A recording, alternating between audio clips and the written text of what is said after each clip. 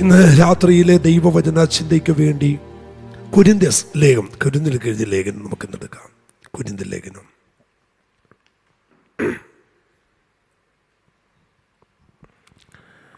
സ്തോത്രം.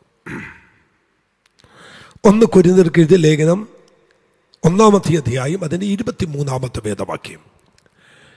കൊരിന്ത്യർക്ക് എഴുതിയ 1-ാമത്തെ ലേഖനം 1-ാം അധ്യായം അതിൻ്റെ 23-ാമത്തെ ക്രൂശിക്കപ്പെട്ട ക്രിസ്തുവിനെ പ്രസംഗിക്കുന്നു. ഞങ്ങളോ ക്രൂശിക്കപ്പെട്ട ക്രിസ്തുവിനെ പ്രസംഗിക്കുന്നു. അടുത്തത്, യഹൂദന്മാർക്ക് ഇടർച്ചയും ജാതികൾക്ക് ഭോഷത്വമെങ്കിലും യഹൂദന്മാരാകട്ടെ യവനന്മാരാകട്ടെ വിളിക്കപ്പെട്ട ഏവർക്കും ദൈവശക്തിയും ദൈവജ്ഞാനവുമായ ക്രിസ്തുവിനെ തന്നെ. നമ്മൾ ഇന്ന് രാത്രിയിൽ നമ്മൾ യേശുവിന്റെ ക്രൂശിനെ ഒന്ന് ഉയർത്താൻ പോകുകയാണ്. സന്തോഷമുള്ളവർ ദൈവത്തെ ഒന്ന് സ്തുതിക്കാമോ? കഴിഞ്ഞ പകൽ നമ്മൾ ദൈവത്തെ ശക്തിയോടെ ആരാധിച്ചു. ദൈവവചനം നമ്മൾ കേട്ടു. കർത്താവിനെ ആത്മാവിൽ ആരാധിച്ച് മഹത്വപ്പെടുത്തി. എല്ലാറ്റിനുമായിട്ട് ദൈവത്തിന് നന്ദി പറയുന്നു. ഇന്ന് രാത്രിയിൽ യേശു കർത്താവിൻ്റെ ക്രൂശുമായി ഒന്ന്, അല്ലെങ്കിൽ ആ ക്രൂശിൻ്റെ സാധ്യതകളെ ഒന്ന് ധ്യാനിപ്പാൻ സ്വർഗത്തിലെ ദൈവം നമുക്ക് കൃപ ചെയ്യട്ടെ. ഹല്ലേലൂയ. ദൈവമക്കളെ, കർത്താവിൻ്റെ ദാസനായ അപ്പോസ്തലനായ പൗലോസ് ശ്ലീഹ എഴുതിയ 14 ലേഖനങ്ങളിൽ 2 ലേഖനങ്ങൾ കൊരിന്ത്യ സഭയ്ക്കുള്ള ലേഖനങ്ങളാണ്. 1 കൊരിന്ത്യ സഭ ലേഖനം, 2 കൊരിന്ത്യ ലേഖനം. 2 ലേഖനങ്ങൾ ദൈവസഭയ്ക്ക്, കൊരിന്ത്യ സഭയ്ക്ക് ദൈവം എഴുതി. കൊരിന്ത്യ സഭയ്ക്കാണ് അതിൻ്റെ ഹെഡിങ്. കൊരിന്ത്യ സഭയ്ക്ക് എന്ന പേരാണെങ്കിലും കൊരിന്ത്യ സഭയ്ക്ക് മാത്രമല്ല ആ ലേഖനം എഴുതിയത്. അതിൻ്റെ തലക്കെട്ട് 1-ാമത്തെ വാക്യം ഇങ്ങനെയാണ് പറയുന്നത്: കൊരിന്തിലെ വിശ്വാസികൾ, കണ്ടോ, ദൈവ ഇഷ്ടത്താൽ യേശു ക്രിസ്തുവിൻ്റെ അപ്പോസ്തലനായി വിളിക്കപ്പെട്ട പൗലോസും സഹോദരനായ സൊസ്തോനോസും കൊരിന്തിലുള്ള ദൈവസഭയ്ക്കും. 2-ാമത്തെ വാക്യം, ക്രിസ്തുയേശുവിൽ വിശുദ്ധീകരിക്കപ്പെട്ടവരും അവിടെയും ഇവിടെയും. അങ്ങനെയാണെങ്കിൽ അവിടെയും ഇവിടെയും. സ്തോത്രം ചെയ്തേ. അവിടെ ഉള്ളവർക്കും ഇവിടെ ഉള്ളവർക്കും കൂടിയ ആ ലേഖനം എഴുതിയത്. ആമേൻ. പൗലോസ് ആ ലേഖനം എഴുതുന്നതിന് മുമ്പ് ആ ലേഖനത്തിൻ്റെ ഒരു പശ്ചാത്തലം ഒന്ന് പറഞ്ഞിട്ട് ഞാൻ മെസ്സേജിലോട്ട് വരാം. ദൈവമക്കളെ, കൊരിന്ത്യ സഭയ്ക്ക് ലേഖനം പൗലോസ് എഴുതുമ്പോൾ 1, 2, 3, 4, 5, 6 അധ്യായങ്ങൾ പൗലോസ് ആമേൻ അവരൊന്നും ആവശ്യപ്പെട്ടതിൻ്റെ വെളിച്ചത്തിൽ എഴുതിയതല്ല. പകരം ആ സഭയെക്കുറിച്ച് പൗലോസ് ചിലത് കേട്ടു. ഒരു സ്വതന്ത്രം പറയാമോ? അങ്ങനെയൊക്കെയുണ്ട്. നല്ല ആത്മീക നേതൃത്വം നിൽക്കുന്ന ദൈവദാസന്മാർ സഭയെക്കുറിച്ച് കേൾക്കുമ്പോൾ ദൈവസഭയ്ക്ക് ചിലത് എഴുതിയൊക്കെ തരും. സ്വതന്ത്രം അല്ലേ? പൗലോസ് ശ്ലീഹ ആ സഭയെക്കുറിച്ച് ചിലത് കേട്ടു. 1-ാം അധ്യായത്തിൽ പൗലോസ് എന്താണ് കേട്ടത് അത് വന്നിട്ട് നമുക്കിതിലേക്ക് വരാം. പൗലോസ് കേട്ടത് എന്താണെന്ന് നിങ്ങൾ തിരിച്ചറിയണം. 1-ാം അധ്യായത്തിൻ്റെ 5, 6, 7 വാക്യങ്ങൾ വായിക്കുമ്പോൾ അവിടെ നമ്മൾ വായിക്കുന്നുണ്ട്, സാക്ഷ്യം നിങ്ങളിൽ എന്നുണ്ട്. അപ്പൊ പൗലോസ് 1-ാമത് കേട്ടത് ക്രിസ്തുവിന്റെ സാക്ഷ്യം അവരിൽ ഉണ്ട്. ഇനി ഞാനിങ്ങ് പറഞ്ഞു വിടാം കേട്ടോ. ക്രിസ്തുവിന്റെ സാക്ഷ്യം അകത്തുള്ള സഭയാണ്. ഏത് സഭ? കൊരിന്ത്യ സഭ.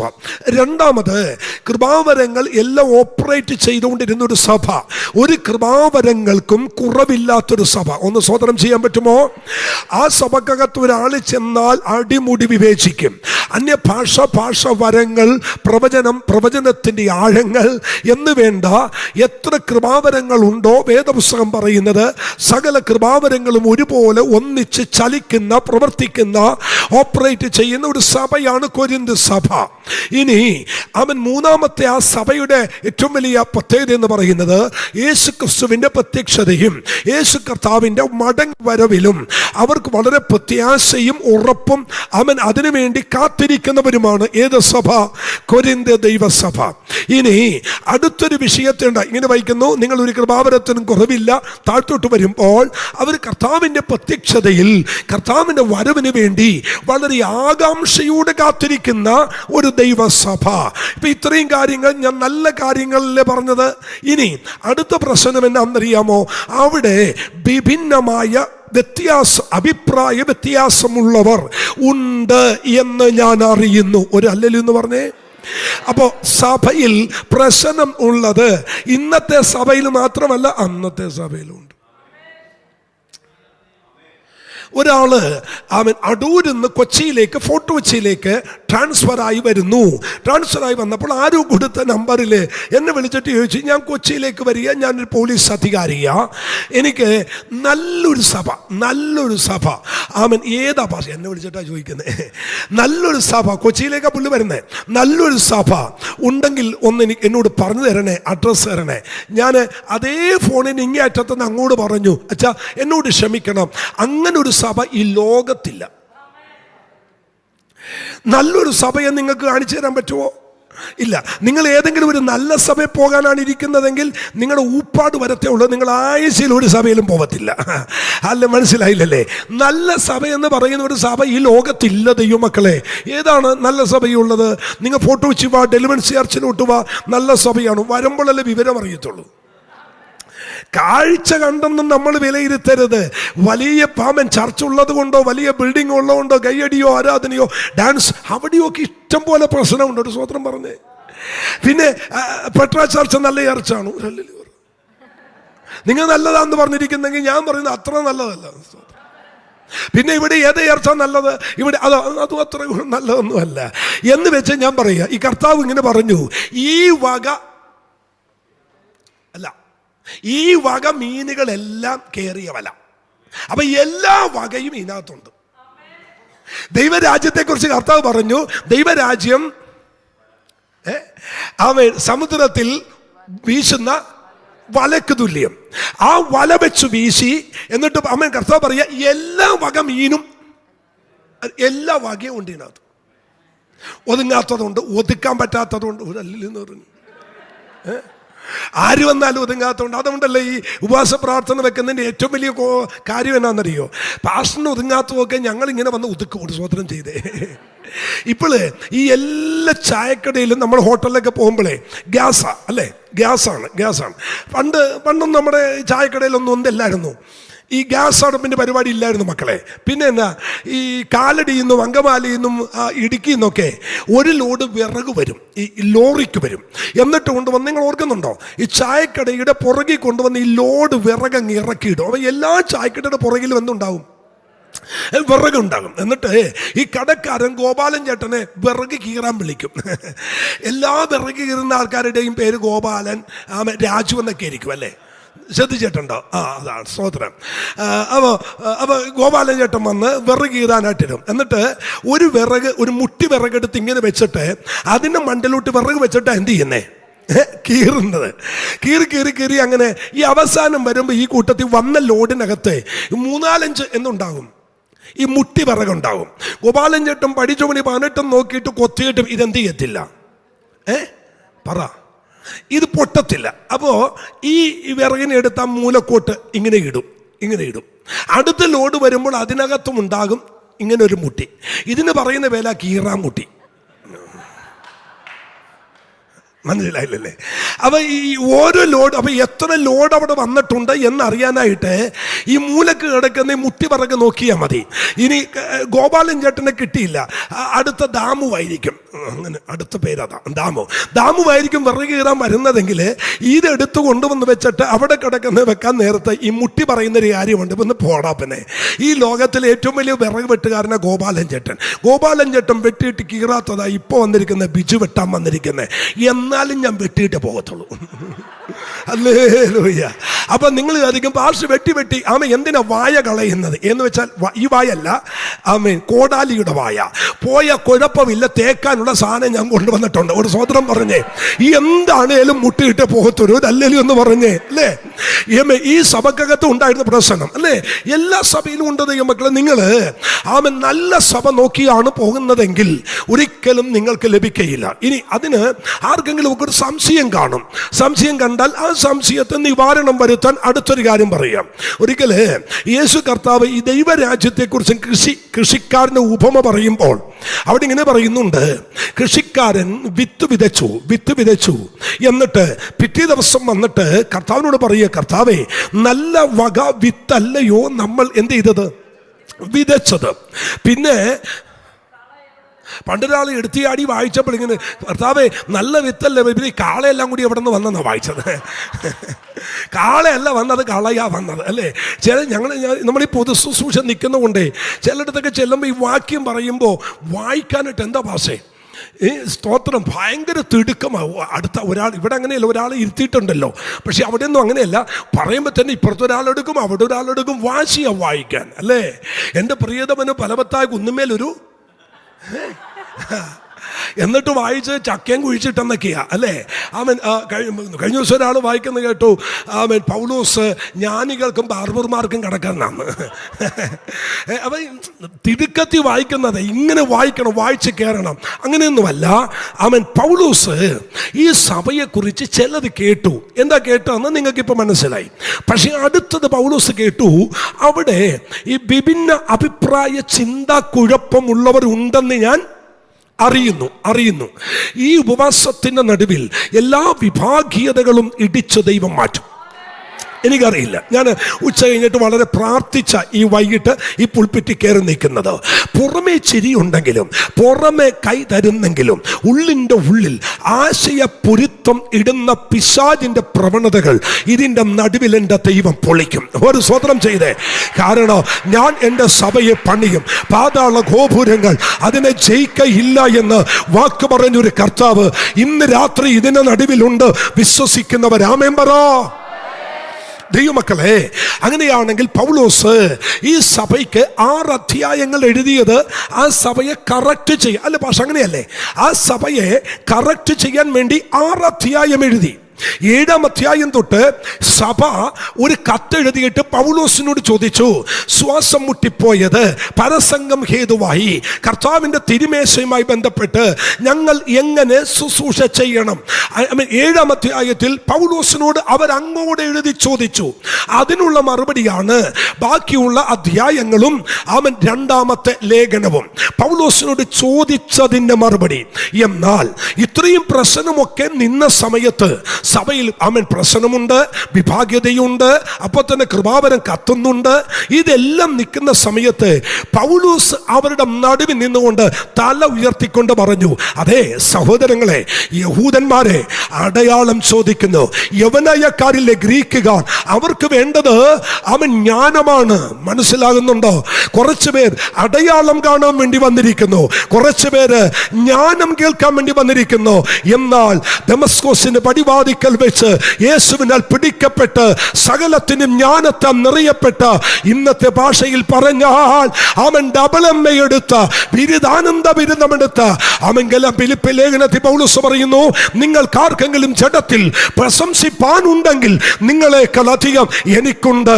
എന്നിട്ട് താഴെ നിന്ന് തുടങ്ങിയ 8-ാം നാളിൽ പരിച്ഛേദന ഏറ്റവൻ, ന്യായ പ്രമാണം സംബന്ധിച്ച് പരീശൻ, യാബോക്ക് നദി നീന്തി കടന്ന് ഇസ്രായേൽ എന്ന പേര് വന്ന യാക്കോബിന്റെ സന്താന പരമ്പര തീർന്നില്ല. 1-ാമത്തെ ഇസ്രായേലിന്റെ രാജാവായ ശൗലുണ്ടല്ലോ, അവൻ ബെന്യാമിൻ ഗോത്രക്കാരനാ. ബെന്യാമിൻ ഗോത്രത്തിലെ രാജകീയ കുടുംബത്തിൽ ജനിച്ചവനാണ് ഞാൻ. ഇനി ഇതൊന്നും പോരാഞ്ഞിട്ട് ശുഷ്കാന്തി സംബന്ധിച്ച് സഭയെ അധികം മുടിപ്പിച്ചവനാ. ഇത്രയും വലിയ കഴിവും പ്രാപ്തിയും എല്ലാം നിറഞ്ഞ പൗലോസ് പറയുന്നു, ഇതൊന്നും എനിക്ക് ഉയർത്താനില്ല. എനിക്ക് ഉയർത്താൻ ഒന്നുണ്ട്, യേശുവിന്റെ ക്രൂശിലല്ലാതെ എനിക്ക് പ്രശംസിപ്പാൻ. ഒരു ഹല്ലേലൂയ എന്ന് ഉറക്കെ പറയാമോ ദൈവമക്കളെ? പൗലോസ് പറയുന്നു, യഹൂദന്മാർ അടയാളം ചോദിക്കുന്നു, യവനായക്കാർ ജ്ഞാനം അന്വേഷിക്കുന്നു, ഞങ്ങളോ ക്രൂശിക്കപ്പെട്ടവനായ ക്രിസ്തുവിനെ പ്രസംഗിക്കുന്നു. ദൈവമക്കളെ, ഇന്ന് കുറയുന്ന മെസ്സേജ് ക്രൂശിന്റെ പ്രസംഗമാണ്. ഇന്ന് അനേകര് അനുഗമിക്കുന്നത് ക്രൂശിനെ അല്ല. എന്നാൽ ഇന്ന് പകൽ ഇവിടെ ഉയർത്തപ്പെടുന്ന ഈ ദൈവ ശബ്ദത്തിന്റെ നടുവിൽ ഞാൻ നിന്ന് വിളിച്ചു പറയുന്നു, മക്കളെ, നാം ഇവിടെ നിൽക്കുന്നത് യേശുവിന്റെ ക്രൂശ് കാരണമാണ്.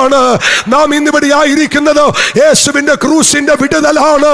അത് മനസ്സിലാക്കുന്ന എത്ര ദൈവമക്കളുണ്ട്? അവർ ഇന്ന് രാത്രി വേളയിൽ കരമടിച്ച ദൈവത്തിന് നന്ദി പറഞ്ഞേ.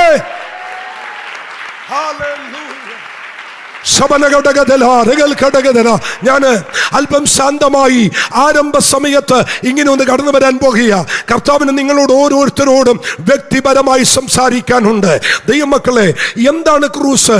ഞാൻ ഇന്ന് പ്രസംഗിക്കുന്നത് ആമേൻ സ്തോത്രം ഗൊൽഗോഥ മലയിൽ. നിങ്ങൾക്കറിയാം, ഗെദസമനയിൽ നിന്നും ഗബഥയിലേക്ക്, ഗബഥയിൽ നിന്നും ഗൊൽഗോഥയിലേക്ക്. ഗെദസമന തോട്ടം എന്ന് പറയുന്നത് ആമേൻ ഇസ്രായേലിന്റെ കിഴക്ക് ഭാഗത്തായിട്ടാണ്.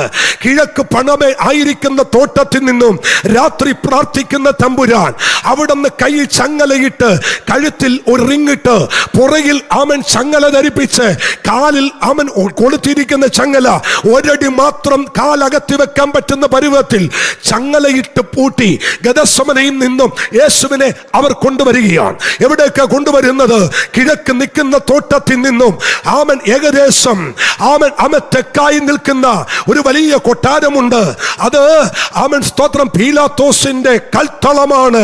അവിടുന്ന് 12 കിലോമീറ്റർ ഗദസമന തോട്ടത്തിൽ നിന്നും ആ രാത്രി വലിച്ചിഴച്ച് പീലാത്തോസിന്റെ അടുക്കൽ കൊണ്ടുവരുന്നു. പീലാത്തോസിന്റെ അടുക്കൽ കൊണ്ടുവന്നിട്ട് ഇവനെ ക്രൂശിക്കേണ്ടതിന് കാര്യങ്ങൾ മെനയുന്നു. പറയുന്ന കൂട്ടത്തിൽ ആരോ പറയുന്നു ഇവൻ ഗലീലക്കാരനാണ്. ഗലീല എന്ന് കേട്ട ഉടനെ പീലാത്തോസ് പറയുന്നു, ഞാനല്ല ഇവന് ന്യായവിധി നടത്തേണ്ടത്. ഗലീലയുടെ പ്രവശി മുഴുവൻ ഹേരോദാവിന്റെ അധീനതയിലാണ്. ഹേരോദാവിന്റെ അധീനതയിലുള്ള ഈ ആമൻ ഗലീലക്കാരനായ ഇവനെ എനിക്ക് ന്യായവിധി നടത്താൻ കഴിയത്തില്ല. ഗലീല വടക്കും യഹൂദിയ തെക്കുമാണ്. അതുകൊണ്ട് അന്ന് രാത്രി സഹോദരങ്ങളെ ആമൻ 12 കിലോമീറ്റർ വലിച്ചിഴച്ച് പീലാത്തോസിനെ കളത്തള കൊണ്ടുവന്ന യേശുവിനെ അവിടെ അവർ വടക്കോട്ട് വിട്ടു. അറിയണോ നിങ്ങൾക്ക്? വണ്ടിക്കകത്തോ കഴുതക്കുട്ടിയുടെ പുറത്തോ അല്ല വാഹനമേറ്റി കൊണ്ടുപോയത്. അവിടെ നിന്ന് വലിച്ചിഴച്ച് ഹേരോദാവിന്റെ അടുക്കൽ കൊണ്ടുപോയി 16 കിലോമീറ്റർ നടുവിലൂടെ തെരുവിലൂടെ വലിച്ചിഴച്ചു കൊണ്ടുപോയി.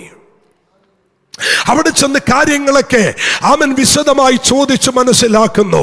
എന്നാൽ ഒരു ദൂതൻ നിങ്ങളോട് വിളിച്ചു പറയുക കേട്ടോ, ഞാൻ ഇന്ന് പ്രസംഗിക്കുന്ന ആ യേശുവിന്റെ ക്രൂസ് ഉണ്ടല്ലോ, അവൻ ഗദസമനയിൽ നിന്നും ഗബഥയിലും ഗബഥയിൽ നിന്നും ഗൊൽഗോഥ മല വരെ ഉയർത്തപ്പെട്ട ക്രൂസാണ്. അവിടെ ഉയർത്തിയതിൽ 3 ക്രൂസുണ്ട്. ഒന്ന് നടുവിലെ യേശുവിന്റെ ക്രൂസാണ്. ഇരുവശവും ലൂക്കോസ് പറയുന്നു ദുഷ്പ്രവർത്തിക്കാരെ തൂക്കിയ ക്രൂസ്. എന്നാൽ ഞാൻ വിടുവിക്കപ്പെട്ടത് നടുവിൽ തൂക്കപ്പെട്ട യേശുവിന്റെ വിടുതലിന്റെ. എത്ര പേർക്ക് സന്തോഷത്തോടെ പറയാൻ കഴിയും? അങ്ങനെയാണെങ്കിൽ ഇന്ന് രാത്രി യേശുവിന്റെ ക്രൂസിനെ ഞാനിവിടെ നമ്മൾ ഒരുമിച്ച് ഉയർത്തുമ്പോൾ നാളുകളായി ദേശത്ത് വ്യാപരിക്കുന്ന പാതാള ശക്തികൾ ഇന്ന് രാത്രി മുട്ടുമടക്കാം. ഒരിക്കൽ കൂടി ഞാൻ ആ ഭാഗത്തോട്ട് വരാം. ഞാൻ ഇന്ന് നിങ്ങളോട് പറയുന്നത് ക്രൂസിന്റെ സാധ്യതകളാ പറയുന്നത് കേട്ടോ, മറന്നു പോവരുത്. ദൈവമക്കളെ, ക്രൂസിന്റെ സാധ്യത അനുഭവിക്കാത്ത ഒരൊറ്റ മനുഷ്യര് ഈ ഭൂമുഖത്തില്ല. എവിടെ വെച്ച ഒരു കൺവെൻഷനിൽ ഞാൻ യേശുവിന്റെ ക്രൂസിന്റെ സാധ്യത പ്രസംഗിക്കുമ്പോൾ ഒരു ഹൈന്ദവനായ മനുഷ്യൻ ഓടി എൻ്റെ അടുക്കൽ കയറി. പുനലൂര് കരവാളൂര് വെച്ച് കൺവെൻഷൻ പ്രസംഗിക്കുക. കൊണ്ടുവന്നെന്റെ കത്തി കൊണ്ടുവന്നെന്റെ കഴുത്തിൽ വെച്ചു. നിർത്തണം നിന്റെ പ്രസംഗം എന്ന് പറഞ്ഞു. ഞാൻ പറഞ്ഞു, ചേട്ടാ എനിക്ക് 9 മണി വരെ സമയമുണ്ട്, ആ സമയം കഴിയാതെ ഞാൻ പ്രസംഗം നിർത്തത്തില്ല. അവൻ മുള്ളി പറഞ്ഞു, ഒരു കാര്യം നീ തിരുത്തണം. ഞാൻ ചെന്നാ തിരുത്തേണ്ടത്, എന്റെ വീട്ടിൽ ക്രൂസിന്റെ സാന്നിധ്യമില്ല. ഞാൻ പറഞ്ഞു, ചേട്ടാ മണ്ടത്തരം പറയല്ലേ, ക്രൂസിന്റെ സാധ്യതയില്ലാത്ത ഒറ്റ ഭവനമില്ല. പുള്ളി പറഞ്ഞു, തെളിയിച്ചേ പറ്റൂ. ഞാൻ ചോദിച്ചു, നിങ്ങളുടെ വീട്ടിൽ ഫാൻ ഇടുമ്പോൾ ആ ഭിത്തിയിൽ അങ്ങോട്ടും ഇങ്ങോട്ടും ആടുന്ന കലണ്ടർ ഉണ്ടോ? കലണ്ടർ, ആ കലണ്ടർ അങ്ങോട്ടും ഇങ്ങോട്ടും ഇങ്ങനെ ആടുമ്പോൾ അത് വിളിച്ചു പറയുന്ന ഒരു കാര്യമുണ്ട്, AD എന്നും BC എന്നുമാണ്. എന്ന് വെച്ചാൽ ക്രിസ്തുവിന് മുൻപ് ക്രിസ്തുവിന് പിമ്പും ആ കലണ്ടർ നിങ്ങളുടെ വീട്ടിലുള്ളിടത്തോളം കാലം യേശുവിന്റെ സാന്നിധ്യം ആ കലണ്ടറിനകത്ത് വ്യാപരിക്കുന്നുണ്ട്. ക്രിസ്തുവിന് മുമ്പ് ക്രിസ്തുവിന് പുറകെ ഒരു യുദ്ധഭൂമിയിലേക്ക് ചെല്ല്. അവിടെ ഓടിച്ചെന്നാൽ യുദ്ധഭൂമിയിൽ മുറിവേറ്റവരെ മുറിവ് കെട്ട ഉയർത്തപ്പെട്ട ഒരു കൊടിയുണ്ട്. അത് റെഡ് ക്രോസിന്റെ കൊടിയാണ്. അവിടെയും കാണും ഒരു കുരിശ്. ഒരു ആംബുലൻസ് ഓടി വന്നാൽ അവിടെയും കാണും ഒരു കുരിശ് അടയാളം. കുരിശ് അടയാളമില്ലാത്ത ഒരിടമില്ല ദൈവമക്കളെ. ഇന്ന് രാത്രി വേളയില് ഞാനും നിങ്ങളും ഇവിടെ ഇരിക്കുന്നത് ആ ക്രൂസിന്റെ സാധ്യതയാണ്. പാതാള ഗോപുരങ്ങൾ ഇന്ന് രാത്രി വിറക്കുമാറ് പെട്ട ദൈവസഭയിലെ ദൈവമക്കൾ കരമുയർത്തി ഒരു ഹല്ലേലൂയ പറ. ആമേൻ. ആ ക്രൂസിന്റെ സാധ്യതയാണ്. എന്താണ് ദൈവമക്കളെ ക്രൂസിന്റെ സാധ്യതകൾ? ഒന്ന്, കർമ്മമാർഗത്തിൽ നിന്ന് നിങ്ങളെ വിശ്വാസ മാർഗത്തിലേക്ക് കൊണ്ടുവന്നത് യേശുവിന്റെ ക്രൂസാണ്. ഒരു ആമേൻ പറയാൻ പറ്റുമോ? കർമ്മമാർഗത്തിൽ നിന്ന് നിങ്ങൾ വിശ്വാസ മാർഗത്തിലേക്ക് കൊണ്ടുവന്നത് യേശു തമ്പുരാന്റെ ക്രൂസാണ്. തീർന്നില്ല. അവിശ്വാസിയെന്നും വിശ്വാസിയെന്നും രണ്ട് കാറ്റഗറിയിലേക്ക് മാറ്റിമറിച്ചത് യേശുവിന്റെ ക്രൂസല്ലേ? ഒരു ഹല്ലേലൂയ ഒന്ന് പറയാമോ? ആ ക്രൂസ് ഉയർന്നു നിന്നത് ആകാശത്തിനും ഭൂമിക്കും നടുവിലല്ലേ? ഒരു ഹല്ലേലൂയ എന്ന് പറഞ്ഞേ. ആ ക്രൂസ് ഉയർത്തപ്പെട്ടത് ലോക രാജ്യങ്ങളുടെ നടുവിലല്ലേ? ആ ക്രൂസ് അല്ലേ രണ്ടായിട്ട് തരം തിരിച്ചത്? ഇന്ന് രാത്രിയിലോ അവൻ മദ്യപിച്ച് ലക്കുകെട്ട് അവൻ മയക്കമരുന്നിന് അടിമപ്പെട്ട് സ്വന്തം പിതാവിനെ പോലെ 3ലധികം പ്രാവശ്യം ഭിത്തിയോട് ചേർത്ത് നിർത്തി അവനെ കൈകൊണ്ട് പൊക്കിയെടുത്ത് കൊല്ലാൻ പിടിച്ച പ്രാകൃതനായ ഒരു മനുഷ്യനായ എന്നെയും മാറ്റിമറിച്ചത് എന്റെ യേശുവിന്റെ ക്രൂസാണ്. ആ ക്രൂസിന് മാറ്റാൻ കഴിയാത്ത ഒന്നുമില്ല ദൈവമക്കളെ. യേശുവിന്റെ ക്രൂസിന് പരിഹരിക്കാൻ കഴിയാത്ത ഒരു വിഷയവോ ഇന്ന് രാത്രി ഇതിന്റെ നടുവിൽ ഇല്ല. വിശ്വസിക്കുന്നവരാമേ പറ. നമ്മൾ ഇവിടെ നിർത്തിയത് യേശുവിന്റെ ക്രൂസാ ദൈവമക്കളെ. ഈ ക്രൂസാണ് നമ്മെ ഇവിടം വരെ എത്തിച്ചത്. അങ്ങനെയാണെങ്കിൽ എന്താണ് ക്രൂസിന്റെ ഒന്നാമത്തെ സാധ്യത? വേഗത്തിൽ വരാം. അവൻ സന്തോഷത്തോടെ നമുക്ക് ആ തിരുവചനത്തിലേക്ക് ശ്രദ്ധിക്കാം. അവൻ ലൂക്കോസിന്റെ സുവിശേഷം 23-ാം അധ്യായം അതിന് 12-ാമത്തെ വാക്യം. കുറിച്ചെടുക്കുന്നവർ കുറിച്ചെടുക്കണം കേട്ടോ. ഒരു ഹല്ലേലൂയ എന്ന് പറയാം.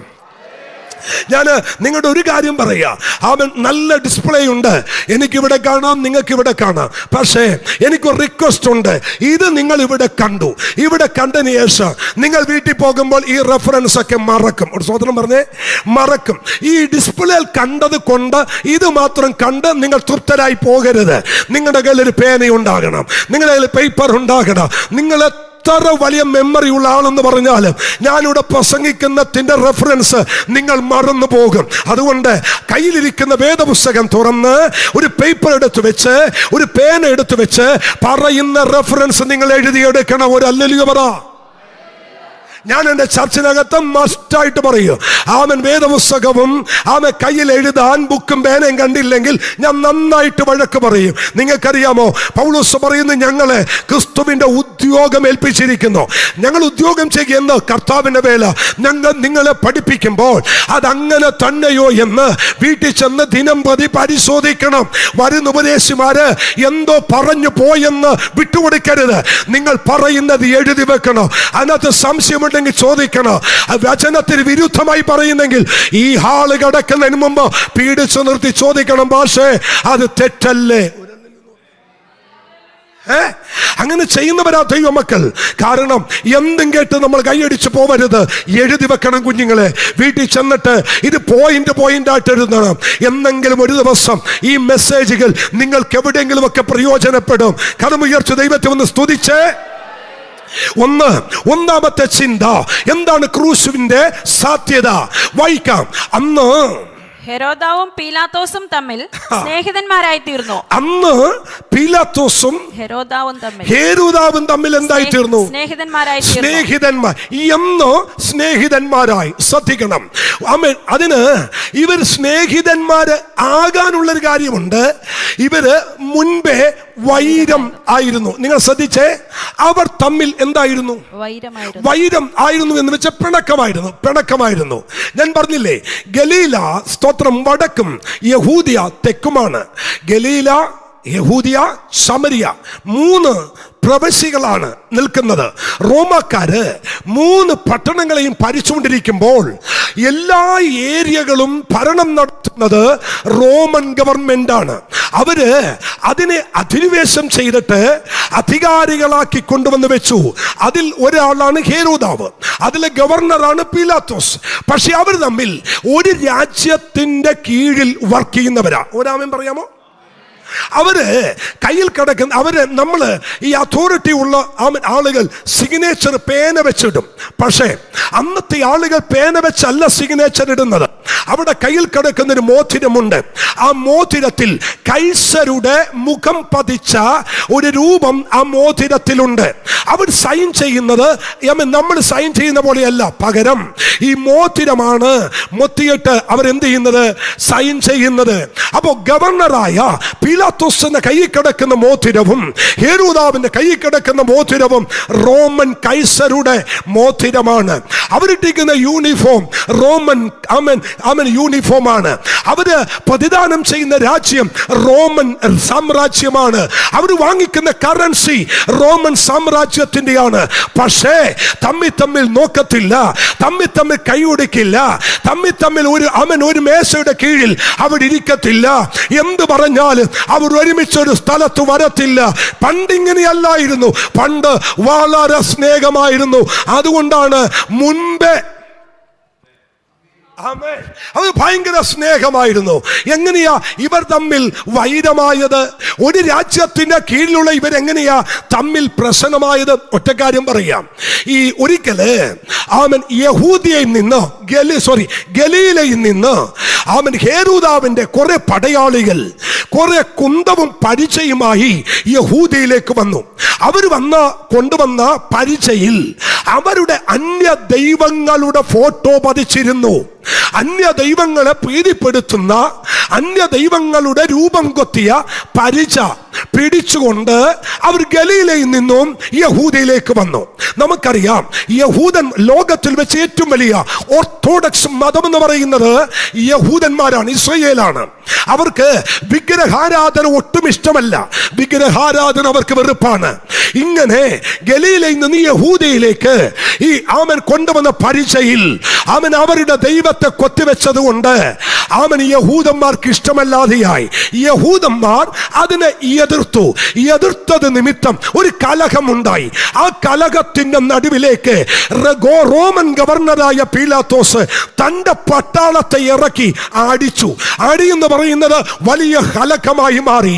യെരുശലേമിൽ ഇന്ന് വരെ ഉണ്ടാകാത്തതുപോലെ വലിയ കലക്കമുണ്ടായി. ഈ കലക്കത്തിന്റെ നടുവിൽ കുറെ യഹൂദന്മാര് ഓടി ആലയത്തിനകത്തോട്ട് കയറി. ഗലീലെന്ന് വന്നവരും ഓടി ആലയത്തിനകത്ത് കയറി. കുറച്ചു കഴിഞ്ഞപ്പോൾ ആടിനെ യാഗം കഴിക്കുന്ന പരിശുദ്ധമായ ആരാധനാലയത്തിനകത്ത് യഹൂദന്മാരുടെയും ഗലീലക്കാരുടെയും റോമക്കാരുടെയും ഒക്കെ ചോര ഒഴുകാൻ തുടങ്ങി. നിങ്ങൾ കേട്ടിട്ടുണ്ടോ? നിങ്ങളുടെ ഇരിപ്പ് കണ്ടിട്ട് ഒരു സംശയം പോലെ തോന്നുന്നു. എന്നാൽ എനിക്കൊരു വാക്യം തന്നാലേ പറ്റത്തുള്ളൂ. വായിക്കാം. ലൂക്കോസിന്റെ സുവിശേഷം 13-ാം അധ്യായം 1-ാമത്തെ വാക്യം. ആ സംശയം അങ്ങ് തീർത്തേക്കാം, ഇതുണ്ടോന്നറിയാനാ. വായിച്ചോ. ആ സമയത്ത് തന്നെ അവിടെ ഉണ്ടായിരുന്ന ചിലർ പീലാത്തോസ് ചില ഗലീലക്കാരുടെ ചോര അവരുടെ യാഗങ്ങളോട് കലർത്തിയ വർത്തമാനം അവനോട് അറിയിച്ചു എന്ന് വെച്ചാൽ ഇതാ സംഭവം. ഒരേ ഭരണത്തിന് കീഴിൽ നിൽക്കുന്നവരാണെങ്കിലും ഹെരോദാവ് ഒരൽപ്പം തന്റെ ഇടം കാണിച്ചു. പക്ഷെ പീലാത്തോസ് വിട്ടുകൊടുത്തില്ല. കേറി അങ്ങ് അടിച്ചു. ആടി കൊണ്ട് സുരക്ഷിതമായി ഓടിക്കേറിയത് യെരുശലേം ദൈവാലയത്തിനകത്ത്. ദൈവാലയത്തിന്റെ യാഗം ഗലീലക്കാരുടെ ചോര വീണു. യാഗപീഠത്തിലെ ആടിന്റെ യാഗം കലർത്തി അവർ യാഗം നടത്തിയപ്പോൾ ഗലീലക്കാരുടെ ചോരയും യാഗപീഠത്തിൽ കൂടി ഒഴുകി. ആരാധനാലയം അശുദ്ധമായി മാറി. ഈ ഒറ്റ കാരണം കൊണ്ട് റോമൻ ഗവർണറായ പീലാത്തോസും ഹെരോദാവും തമ്മിൽ വൈരമായി, പിണക്കമായി. ഒരുമിച്ച് കൈയൊടുക്കില്ല, ഒരുമിച്ച് ഒരു സ്ഥലത്തിരിക്കില്ല. എന്നാൽ ഗതസമനയിൽ നിന്നും പിടിക്കപ്പെട്ട് ഹെരോദാവിന്റെ അടുക്കലേക്ക് അഴച്ച പ്രാണനാഥനായ യേശുവിനെ ന്യായവിധിക്ക് വേണ്ടി വിട്ടപ്പോൾ പീലാത്തോസായ ഗവർണർ ഒരു കത്തെഴുതി. ആ കത്തിന്റെ പ്രശസ്ത ഭാഗം ഇങ്ങനെയാണ്: എന്റെ പ്രിയപ്പെട്ട ഹെരോദാവ് അറിയേണ്ടതിന് ഞാൻ ഈ അഴച്ചിരിക്കുന്ന ഗലീലക്കാരനെന്ന് ഇവർ പറയുന്ന ഈ നസ്രത്തുകാരനായ യേശുവിനെ മതകോടതിയിൽ കുറ്റക്കാരൻ എന്ന് വിധിച്ചു. അങ്ങയുടെ അധികാര പരിധിയിലേക്ക് ഈ വിഷയം ഞാൻ കൈമാറുന്നു എന്ന് പറഞ്ഞ് പ്രിയപ്പെട്ടവൻ എന്ന് പറഞ്ഞ് അവസാനിപ്പിച്ചപ്പോ വഴക്കിട്ടിരിക്കുന്ന ഹെരോദാവ് ഇത് വായിച്ച ഉടനെ ആദ്യം തിരിച്ചൊരു കത്തെഴുതി: എനിക്കും പ്രിയപ്പെട്ടവനായ പീലാത്തോസ്. ഒരു സ്വതന്ത്രം പറയാൻ പറ്റുമോ? നിങ്ങൾക്ക് ഇത്തരം പറഞ്ഞിട്ട് മനസ്സിലായില്ല, അടുത്ത പറയുമ്പോൾ മനസ്സിലാകും. എനിക്കും നിങ്ങൾക്കും വേണ്ടി മുറിവേറ്റ എനിക്ക് നിങ്ങൾക്ക് വേണ്ടി യാഗമായി തീരാൻ പോയ വാഴ്ത്തപ്പെട്ടവനായ മശിഹയുടെ സാന്നിധ്യം വഴക്കിട്ടവരുടെ നടുവിൽ വ്യാപരിച്ചപ്പോൾ അവരുടെ വഴക്ക് മാറി, വൈരം മാറി, അവർ സ്നേഹിതന്മാരായെങ്കിൽ നമ്മുടെ പ്രശ്നം എന്നാ മാറാത്തെ? സ്വത്രം ആമേൻ. ദൂത് മനസ്സിലാകുന്നുണ്ടോ? ഇത് ഞാൻ ഒരു അല്പസമയം ഒന്ന് ധ്യാനിക്കും. ആമേൻ. അച്ഛാ, യേശുവിന്റെ സാന്നിധ്യം അവരുടെ നടുവിൽ വെളിപ്പെട്ടു വന്നപ്പോൾ, യേശു തമ്പുരാന്റെ സാന്നിധ്യം അവരുടെ നടുവിൽ വെളിപ്പെട്ടു വന്നപ്പോൾ അവർ തമ്മിലുള്ള വൈരം മാറി. ക്രൂശിക്കാനായി ഏൽപ്പിച്ചത്, ന്യായവിധിക്കായി ഏൽപ്പിച്ചത്, ന്യായവിധിക്ക് വേണ്ടി പറഞ്ഞു വിട്ട യേശുവിന്റെ സാന്നിധ്യം അവൻ ഇവരെ തമ്മിൽ ഇണക്കിയെങ്കിൽ, ഞാനൊന്ന് ചോദിച്ചോട്ടെ, നിങ്ങളും ഞാനും കണ്ടതായ ക്രൂസ് യേശുവിന്റെ ക്രൂസല്ലേ? ഇന്നും ഇണങ്ങാത്തതില്ലേ? ഇന്നും പിണങ്ങിയിരിക്കുന്നതില്ലേ? ഇന്നും മനസ്സുകൊണ്ട് അടുക്കാത്തതില്ലേ? പക്ഷെ ഈ ഉപവാസത്തിന്റെ നടുവിൽ ആത്മാവിനും നിങ്ങളോട് ഇടപെടാനുള്ളത് സകല ആമൻ വൈരവും മാറ്റി ഇന്ന് രാത്രി ദൈവത്തെ ആരാധിച്ചേക്കണം. ഒരു നല്ല ഹല്ലേലൂയ എന്ന് പറ. ഉറക്കെ കൂടി ഒരു സ്വത്രം പറ. ഈ പ്രാരംഭ ആമൻ സമയത്ത് ഒരു വലിയ ആത്മീയ അന്തരീക്ഷം ഞാൻ പ്രതീക്ഷിക്കുന്നില്ല. നിങ്ങൾ ഹല്ലേലൂയ പോലും പറയത്തില്ലെന്ന് എനിക്കറിയാം. എന്നാലും ഞാൻ 2 ഹല്ലേലൂയ എക്സ്ട്രാ ഇട്ടിട്ട് എന്നോടുള്ള ദൂത് തന്നെ ഞാനിങ്ങ് പറയുക. എന്നും ഈ ഫോൺ വിളിക്കുമ്പോഴേ ഫേവറേറ്റിൽ കിടക്കുന്ന 10 നമ്പറില്ലേ, 10 നമ്പര്, അച്ചാമ്മയുടെയും ശോശാമ്മയുടെയും ഗ്രേസിയുടെയും പൊന്നൂസിന്റെ നമ്പര്, അത് മാത്രമല്ല എന്ന് നീ കുത്തി വിളിച്ചോണ്ടിരിക്കുന്നേ. ഭർത്താവിന്റെ പെങ്ങളില്ലേ, അമ്മായിയമ്മ ഇല്ലേ, അമ്മായിയപ്പനില്ലേ, ചിറ്റപ്പൻ ഇല്ലേ, ചിറ്റമ്മ ഇല്ലേ, എന്നും ഇട്ടാവട്ടത്ത് വിളിക്കുന്ന 10 പേരെയല്ലേ കഴിഞ്ഞ 10 വർഷമായിട്ട് വിളിച്ചുകൊണ്ടിരിക്കുന്നത്. വേറെ ആരും നിനക്കില്ലേ? എല്ലാവരും ഉണ്ട്. അവരെ വിളിക്കാൻ പറ്റാത്ത എന്നാന്നറിയാമോ? നിന്റെ ഹൃദയത്തിനകത്ത് കയ്പാണ്, നിന്റെ ഹൃദയത്തിനകത്ത് അവിടെ പൊറുക്കാൻ പറ്റതാണ്. പെന്തക്കോസ്ത് സഭ നന്നാകണമെങ്കിൽ, പെന്തക്കോസ്ത് സഭ അനുഗ്രഹിക്കപ്പെടണമെങ്കിൽ ഒരൊറ്റ ദൂത് പറയുക, നിങ്ങളുടെ ഹൃദയ നിലവാരം മാറണം.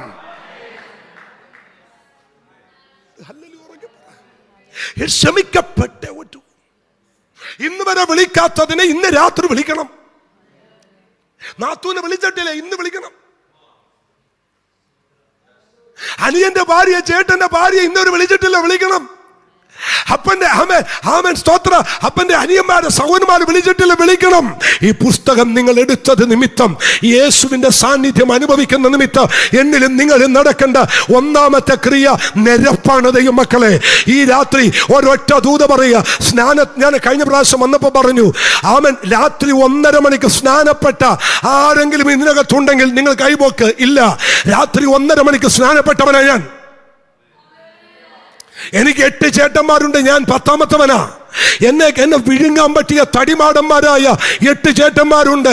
സ്നാനത്തിന്റെ അന്ന് സ്നാനപ്പെടാൻ കെട്ടി നിറച്ചു വെച്ച വാട്ടർ ടാങ്ക് അവന്മാരെ അടിച്ചു പൊളിച്ചു. അമ്മ ഇല്ലാത്തവരുടെ കൂടെ പെന്തക്കോസ്തിൽ പോയി മുങ്ങിയാൽ നിന്നെ ഞങ്ങൾ കൊല്ലുമെന്ന് പറഞ്ഞു.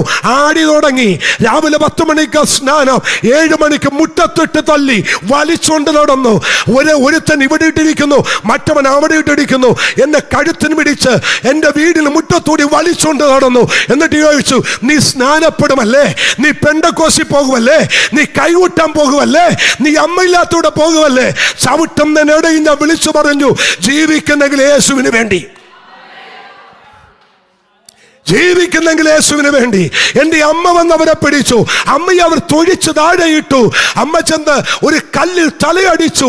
തലയിൽ നിന്ന് ചോര ചീറ്റാൻ തുടങ്ങി. അയൽവക്കക്കാരെടുത്ത് അമ്മയെ ഹോസ്പിറ്റലിൽ അഡ്മിറ്റ് ചെയ്തു. നിങ്ങൾക്കറിയാമോ, സ്നാനത്തിന്റെ ദിവസം ഭയാനകമായിരുന്നു എന്റെ വീടിന്റെ അന്തർഭാഗം. ഓടി ജോഷ് പാസ്റ്ററുടെ ചെന്നു. ചെന്നിട്ട് പറഞ്ഞു, ഞങ്ങളുടെ അനിയനെ നീ മുക്കിയാൽ കൊന്നുകളെന്ന് പറഞ്ഞു. അരയിൽ 3-4 പേരും കൂടി കത്തിയും വെച്ച് ഈ ചേട്ടന്മാർ ചെന്നിട്ട് പറഞ്ഞു, ഞങ്ങളുടെ അനുജനെ മുക്കിയാൽ നിന്നെ കൊല്ലും. ഭാഷ പറഞ്ഞു, നിങ്ങളുടെ അനിയനെ ഞങ്ങൾക്ക് വേണ്ട. സ്നാനപ്പെടുത്താൻ അന്ന് ജോഷി പാസ്റ്റർ ഓർഡിനേഷൻ ഇല്ല. പാസ്റ്ററിനെ എന്നെ സ്നാനപ്പെടുത്താൻ തിരുവല്ലയിൽ നിന്ന്, ചിങ്ങവനത്ത് നിന്ന് പാസ്റ്റർ ടി എൻ ഗുരുള വന്ന് താഴോട്ട് ബസ്സിനിറങ്ങി. ആ പാസ്റ്ററെ അതേ ബസ്സിൽ കയറ്റി തിരിച്ചു കിട്ടും.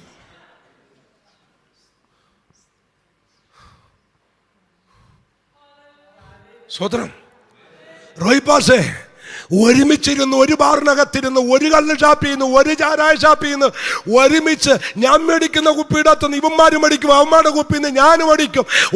ഒരുമിച്ചിരുന്ന് പാട്ടുപാടി ലക്ക് കെട്ട് വീട്ടിനകത്ത് വന്ന് തമ്മിഴിച്ചുകൊണ്ടിരുന്ന ഞാൻ രക്ഷപ്പെടാൻ പോയിട്ട് എന്നെ രക്ഷപ്പെടാൻ അനുവദിക്കത്തില്ല.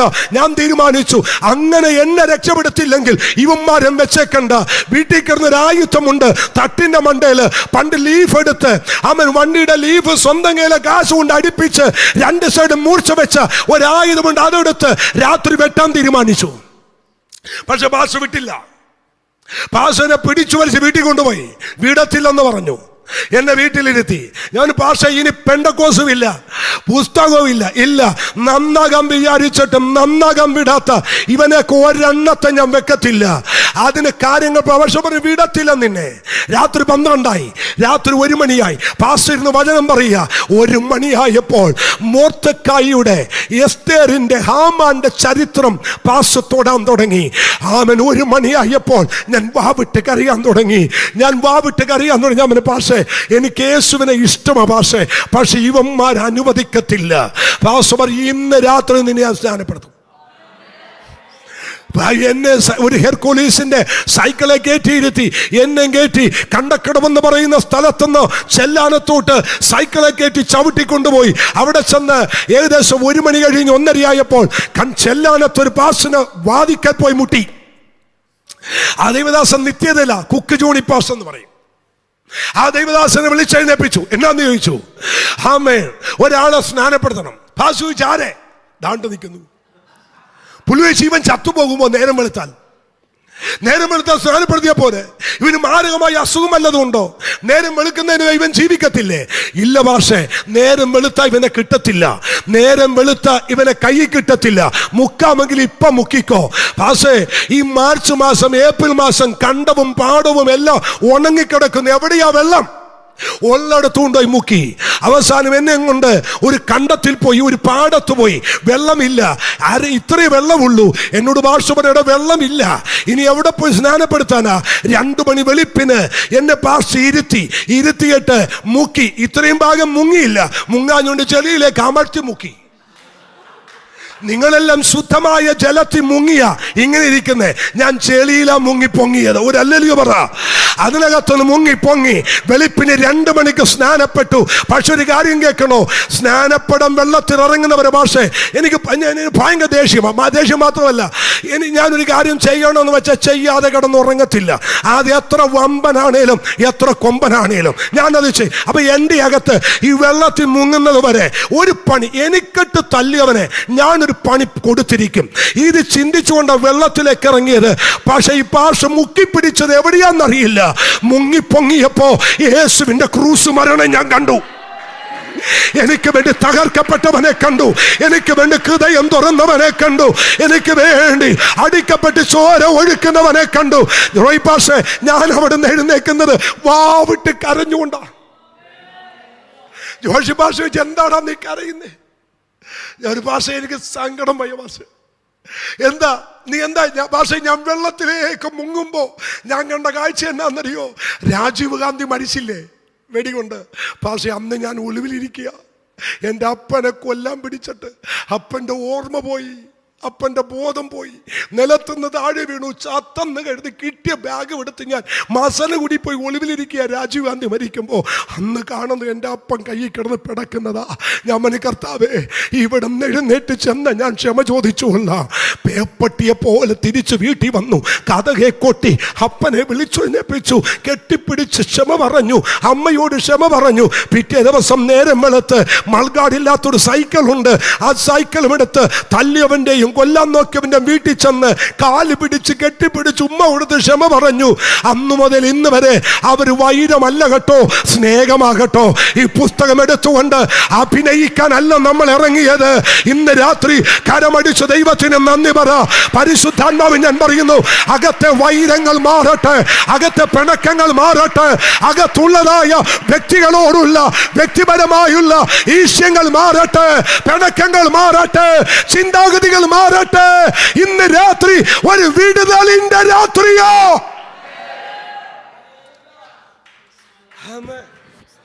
ഹല്ലേലൂയ. ഈ കഴിഞ്ഞ ദിവസം ആമേ സ്തോത്രം ഒരു അഭിഷേകൻ, ഞാൻ പേര് പറയുന്നില്ല, ലിവർപൂളിൽ വെച്ച് ഒരു മെഗാ ക്രൂസൈഡ് നടക്കുക. ആ ക്രൂസൈഡ് നടക്കുന്ന സമയത്ത് ആ മീറ്റിങ്ങിൽ കൃപയാ ഞാനുമുണ്ട്. ആയിരക്കണക്കിന് ആളുകൾ പങ്കെടുക്കുന്ന ഒരു മീറ്റിംഗാണ്. ഞാൻ ആ മീറ്റിങ്ങിൽ ഞാൻ അവിടെ ഏറ്റവും ഫ്രണ്ടിലുണ്ട്. ആ ദൈവദാസൻ ഒരു സഹോദരി വിളിച്ചിട്ട് പറഞ്ഞു, ആമേൻ, നീ ഇന്ന് സൗഖ്യമാകും. എന്താ? ക്യാൻസറാ, ഇന്ന് സൗഖ്യമാകും. ഇന്ന് പ്രാർത്ഥിച്ചിട്ട് നീ പോയി നാളെ ചെക്ക് ചെയ്യണം കേട്ടോ എന്ന് പറഞ്ഞു. പ്രാർത്ഥിച്ചിട്ട് വിട്ടു. പിറ്റേ ദിവസത്തെ മീറ്റിങ്ങിൽ ആമേൻ അവർ വന്നു. സൗഖ്യമായില്ല.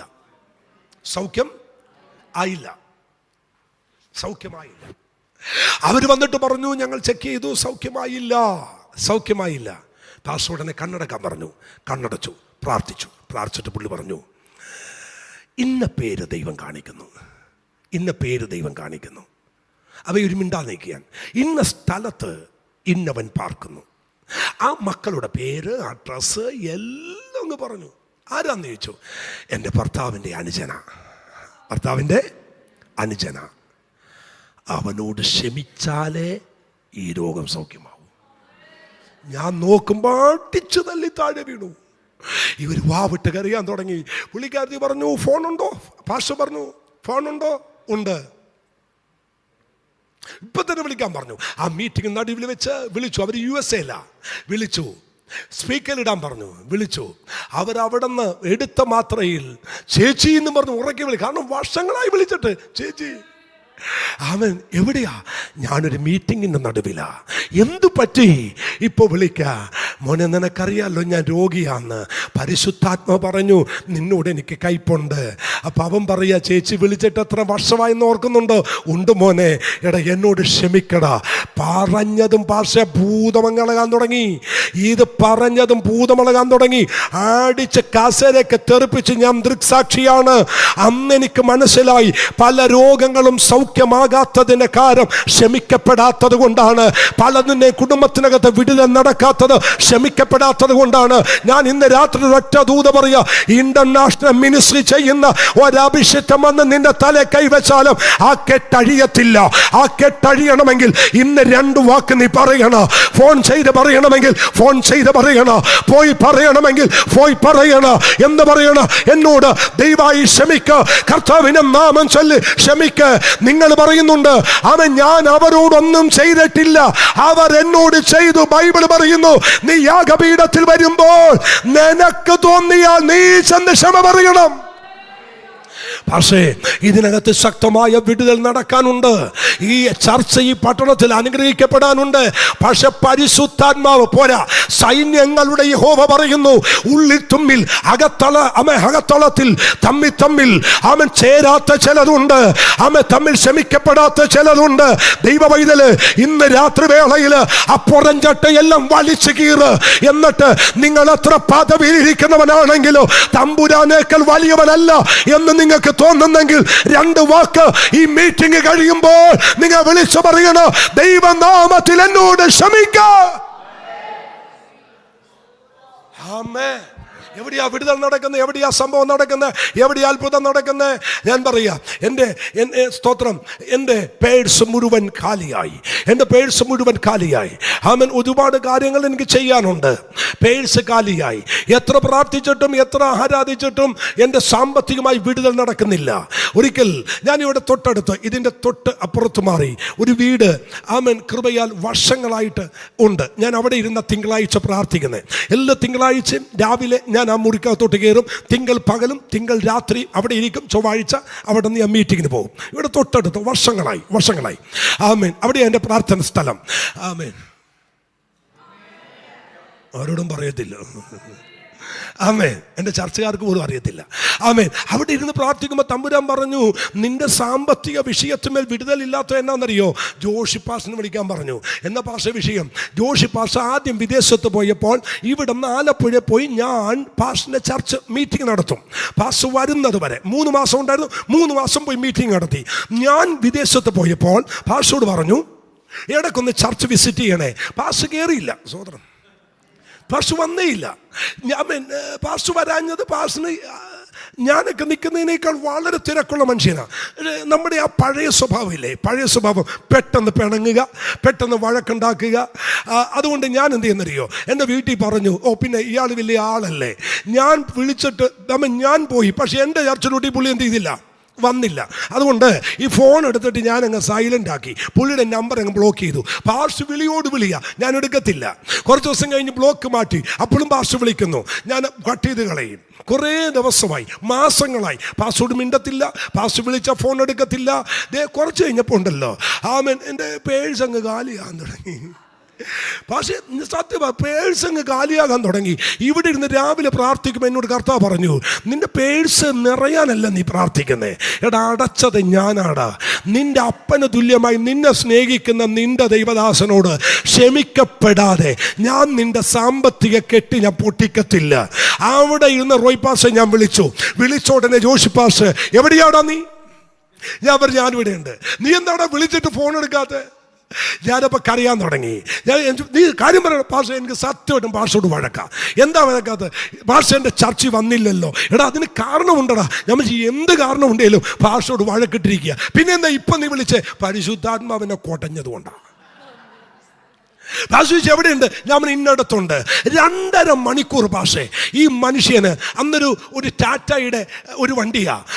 ആ വണ്ടിയും എടുത്ത് പാസ്റ്റർ ഇവിടെ വന്ന് എൻ്റെ ഇരിക്കുന്ന മുറിക്കകത്ത് വന്നു എന്നെ കെട്ടിപ്പിടിച്ചു. നീ എൻ്റെ മകനല്ലേടാ, നിനക്കൊരു വാക്ക് പറയണ്ടേ? അങ്ങനെ അകത്തൊരു പ്രശ്നമുണ്ടെങ്കിൽ അത് പറഞ്ഞു തീർക്കണ്ടേ? കെട്ടിപ്പിടിച്ചു. അന്ന് രാത്രി എന്നോടൊപ്പം ആ പ്രാർത്ഥന മുറിയിലിരുന്നു. ബ്രേക്ക്ഫാസ്റ്റ് കഴിച്ചു. പാസ്റ്ററിനെ പ്രാർത്ഥിച്ച് അനുഗ്രഹിച്ച് കടന്നുപോയി. അന്ന് മുതൽ ഇന്ന് വരെ എൻ്റെ പേഴ്സ് ാക്കിയിട്ടില്ല. ഒരൊറ്റ കാര്യം എനിക്ക് മനസ്സിലായി, നമ്മുടെ സാമ്പത്തിക നന്മകൾ, ചില വിടുതലുകൾ തടഞ്ഞു വെച്ചിരിക്കുന്നത് ഒരൊറ്റ സോറിയുടെ ബലത്തിലാണ്. ഒരു അല്ലല്ലോ എന്ന് പറയാമോ? ഈ പകൽ ഞാൻ പക്ഷേ പകൽ വരെ പ്രാർത്ഥിച്ച, ഉച്ച കഴിഞ്ഞതിന് ശേഷം പ്രാർത്ഥിച്ച ഞാൻ ഈ മെസ്സേജ് എടുത്തത്, എന്നോട് കർത്താവ് പറഞ്ഞു, ഈ സഭയെ കുറിച്ചുള്ള ദൈവിക പദ്ധതി വലുതാണ്, അത് ചെറുതല്ല. പക്ഷേ അതിനെ തടസ്സമാക്കുന്നത് അല്പസ്വല്പമായ കയ്പിന്റെ വേരുകൾ അകത്തളത്തിൽ മുളക്കുമ്പോൾ ഇന്ന് രാത്രി വേള അത് ദൈവദാസനോടുണ്ടോ, അത് ദൈവദാസിയോടുണ്ടോ, അത് ചർച്ചിലെ ലീഡേഴ്സിനുണ്ടോ? ഇന്നത്തെ മീറ്റിംഗിൽ അത് വിളിച്ചു പറഞ്ഞ് തീർക്കുക. ഒരു വലിയ വിടുതൽ ഈ പകൽ എൻ്റെ ദൈവത്തിന് ചെയ്യാനുണ്ട്. ഈ നമ്മുടെ ചർച്ചിനകത്തൊക്കെ ഈ ദിവസങ്ങളിൽ നടക്കേണ്ടത് ശക്തമായ പരിശുദ്ധാത്മാവിന്റെ വ്യാപാരം. ജനത്തിനകത്തൊരു പാപബോധം കൊണ്ടുവരണം, അല്ലേ? എന്തുകൊണ്ടുവരണം? പാപബോധം കൊണ്ടുവരണം. ഞാൻ അതിനുവേണ്ടി ഈ ദിവസം പ്രാർത്ഥിക്കുന്നത്. പണ്ട് ഞാൻ വന്നപ്പോൾ പറഞ്ഞു എന്നറിയില്ല, റിപ്പീറ്റ് ചെയ്തെങ്കിൽ ക്ഷമിക്കണം. എൻ്റെ അപ്പച്ചൻ എന്ന് പറയുന്നത് സ്തോത്രം ശരിക്കും പ്രാകൃത മനുഷ്യനാണ്. ഒരു വല്ലാത്ത മനുഷ്യനായിരുന്നു. സ്തോത്രം. എല്ലാവരും മീൻ പിടിക്കാൻ 2 പേരും 3 പേരും കൂടിയാണ് പോകുന്നത്. അപ്പച്ചൻ ഒറ്റക്ക വഞ്ചി ഇറക്കി കൊണ്ടുപോകുന്നത്, വള്ളം ഇറക്കി കൊണ്ടുപോകുന്നത്. അത്ര അപ്പൻ്റെ ഒരു കൈ ഞങ്ങളുടെ മേത്ത് വീണ ഞങ്ങൾ 10 ദിവസം കഴിഞ്ഞ് പൊങ്ങത്തുള്ളൂ. അതുപോലെ കയ്യാ കാണും, ഒരു 1.5 കയ്യാ. അടി കൊള്ളാതിരിക്കാൻ ഞങ്ങൾ നോക്കും. അങ്ങനത്തെ ഒരു മനുഷ്യനാ. ഈ പുള്ളിയെ നന്നാകാൻ വേണ്ടി ഞങ്ങൾ എല്ലാവരും കൂടി നേരെ പോട്ടെ വിട്ടു. എവിടെ? പോട്ടെ. റോയ് പാസ്റ്റർ, ഞങ്ങൾ ഈ കണ്ടക്കടമായിരുന്നു. ഞങ്ങൾക്ക് ആകെ ഒരു 10 സെൻറ്റ് സ്ഥലമേ ഉള്ളൂ. 2 സൈഡും തെങ്ങിൻ തോപ്പ. ഞങ്ങളുടെ എല്ലാം വേറെ ആളുടെയാണ്. 10 സെൻറ്റ് സ്ഥലമേ ഉള്ളൂ. കുറച്ച് നാൾ കഴിഞ്ഞപ്പോഴേ ഈ അപ്പൻ ഒരിക്കലും മതിൽ പണിയത്തില്ല, മതിൽ കെട്ടത്തില്ല. കൈ കാശ് കിട്ടിയാലും മതിൽ പണിയത്തില്ല. എന്നും ഈ കുറ്റിയിട്ട് വേലിയാണ് കിട്ടുന്നത്. അപ്പം ഞാൻ ചോദിച്ചു, ഈ സ്തോത്രം, ഞാൻ കൽപ്പണിക്കാരൻ കൂടിയായിരുന്നു. അപ്പം ടേപ്പൊക്കെ വെച്ച് അളന്ന് നോക്കിയപ്പോഴേ ഒരു 14 സെൻറ്റിനകത്തുണ്ട്. പ്രമാണത്തിലെത്തേ ഉള്ളൂ, 10 ഉള്ളൂ. ഞാൻ ചോദിച്ചു, അപ്പാ ഇതൊരു 14 സെൻറ്റ് അടുത്തുണ്ടല്ലോ, അപ്പം അപ്പം തിന്നാൽ മതി, കുഴി എണ്ണാൻ നിൽക്കണ്ട. അതിൻ്റെ അർത്ഥം എന്നാന്ന്? എല്ലാ പ്രാവശ്യവും ഈ പുള്ളിക്കാരൻ വെയിൽ കെട്ടുമ്പോൾ കുറ്റി എന്ത് ചെയ്യും?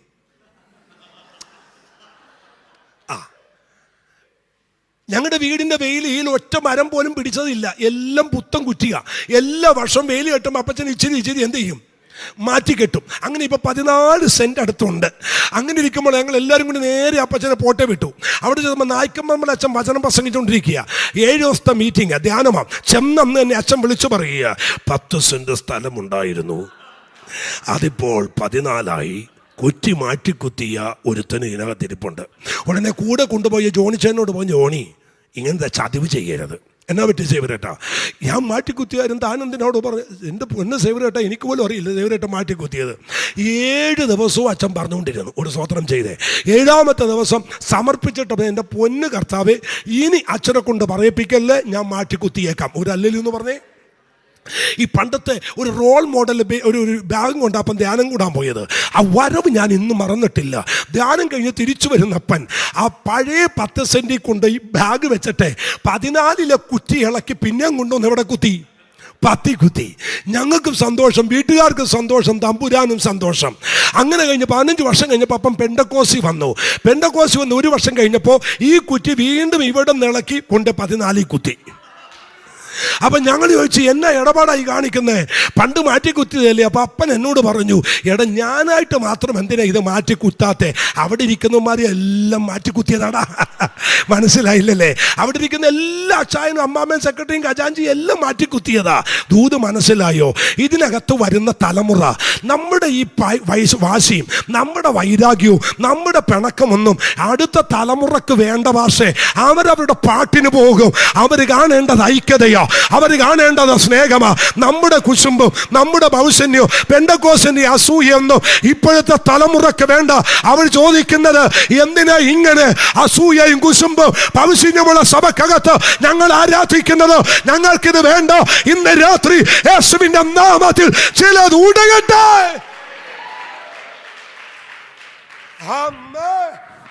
കർത്താവിന് നല്ലൊരു ആമേൻ പറ. അവൻ എൻ്റെ ഹൃദയം തുറന്ന്, ഭാഷ എനിക്ക് അത്ര സ്വാതന്ത്ര്യം തന്നിട്ടുണ്ട്. ഹൃദയം തുറന്ന് ചോദിക്കുക, നമ്മുടെ കുഞ്ഞുങ്ങളൊക്കെ ഇതിനകത്ത് പിടിച്ചു നിൽക്കണമെന്ന് നമ്മൾ വാശി പിടിക്കുന്നുണ്ട്. ഞാൻ ചോദിക്കുന്നത്, അവർ ഇതിനകത്ത് പിടിച്ചു നിൽക്കാനായിട്ട് അവർക്ക് എന്താ ഇവിടെ ഉള്ളത്? ഭാഷേ, അവർക്ക് എന്താ ഇതിനകത്തുള്ളത്? അവർ തമ്മി നോക്കുമ്പോൾ നമ്മുടെ സ്നേഹം അവർ നോക്കും. നിങ്ങൾ അറിയുന്നതിലും അത് നോക്കും. എനിക്ക് 2 മക്കളാ. ഒരുത്തൻ ഓസ്ട്രേലിയയിലുണ്ട്, ഒരുത്തൻ വീട്ടിലുണ്ട്. അവർ 2 പേരും വർഷിപ്പ് ലീഡേഴ്സാ. പക്ഷെ ഇളയവനുണ്ടല്ലോ, അവൻ്റെ പേര് ലെസ്ലി എന്നാ. എന്നെ വരച്ച വരെ നിർത്തും. സ്വത്രം, നമ്മൾ മനുഷ്യരല്ലേ? എന്തോ പറഞ്ഞ് ഞാൻ മീറ്റിങ്ങിന് പോകാൻ വേണ്ടി റെഡിയാകുക. എന്നും എൻ്റെ ഷർട്ട് വെച്ചിരുന്ന കണ്ടില്ല. ഞാൻ എൻ്റെ ഷർട്ട് എവിടെയാന്ന് പറഞ്ഞ് അല്പം ഒച്ച കിട്ടു. സ്തോത്രം. ബൈബിളും കൊണ്ട് ഇറങ്ങിയപ്പോൾ ഈ പുള്ളി എന്നോട് ചോദിക്കുക, എവിടെ പോകുന്നു? ഞാൻ എവിടെ പോകണം? ബൈബിൾ കണ്ടില്ലേ? പ്രസംഗിക്കാൻ കൊണ്ടാണ്. മമ്മിയുടെ ചീത്തയും പറഞ്ഞ് മമ്മിയോട് കോപിച്ച് ഇയാൾ എവിടെ പോകുന്നു? എന്നിട്ട് അവസാനം സത്യമായിട്ട് ഞാൻ ചർച്ചയ്ക്ക് കയറി എന്ന് വിളിച്ചു പറയും, പപ്പക്ക് ഭയങ്കര ചൂടാന്ന്. ഞാൻ വൈഫിനോട്ട് നോക്കിയപ്പോൾ തലേം താത്തി റാവരച്ചോണ്ടിരിക്കുക. എൻ്റെ സകല കൈവോള. ഞാൻ പറയും പാപ്പ ഈ കിടന്ന് വീട്ടിൽ കിടന്ന് കാണിക്കുന്ന സകല കൈലൂത്ത് ഞാൻ ചാച്ചി പറയും. അന്ന് ഞാൻ നന്നായി. അന്ന് നമ്മൾ ഭാഷ നമ്മുടെ ഒരു ആശയമൊന്നും നമ്മുടെ മക്കൾക്ക് വേണ്ട. ഭാഷ അവർക്ക് ഈ കസേരകളും പൊളിറ്റിക്കലും ഇതൊന്നും അവർക്ക് വേണ്ട. അവർ സത്യസന്ധമായി വരും, സത്യസന്ധമായി ചെയ്യും. ഒരാമൻ പറ. നമ്മളായിട്ട് ഒരു തലമുറയുടെ വാതിൽ അടച്ചു കളയരുത്. അതുകൊണ്ട് ക്ഷമിക്കപ്പെടേണ്ടവരോട് ക്ഷമിക്കപ്പെടണം.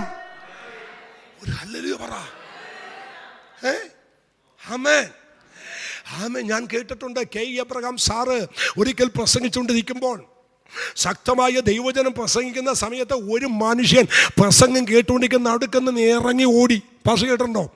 ഇറങ്ങി ഓടി. കെ എബ്രഹാം സാർ ചോദിച്ചു, ഒരുത്തൻ ഓടുന്നുണ്ടാ പിടിച്ചു എന്ന് പറഞ്ഞു. പാസ്പോർട്ട് ഭൂതമിളകി ഓടുക.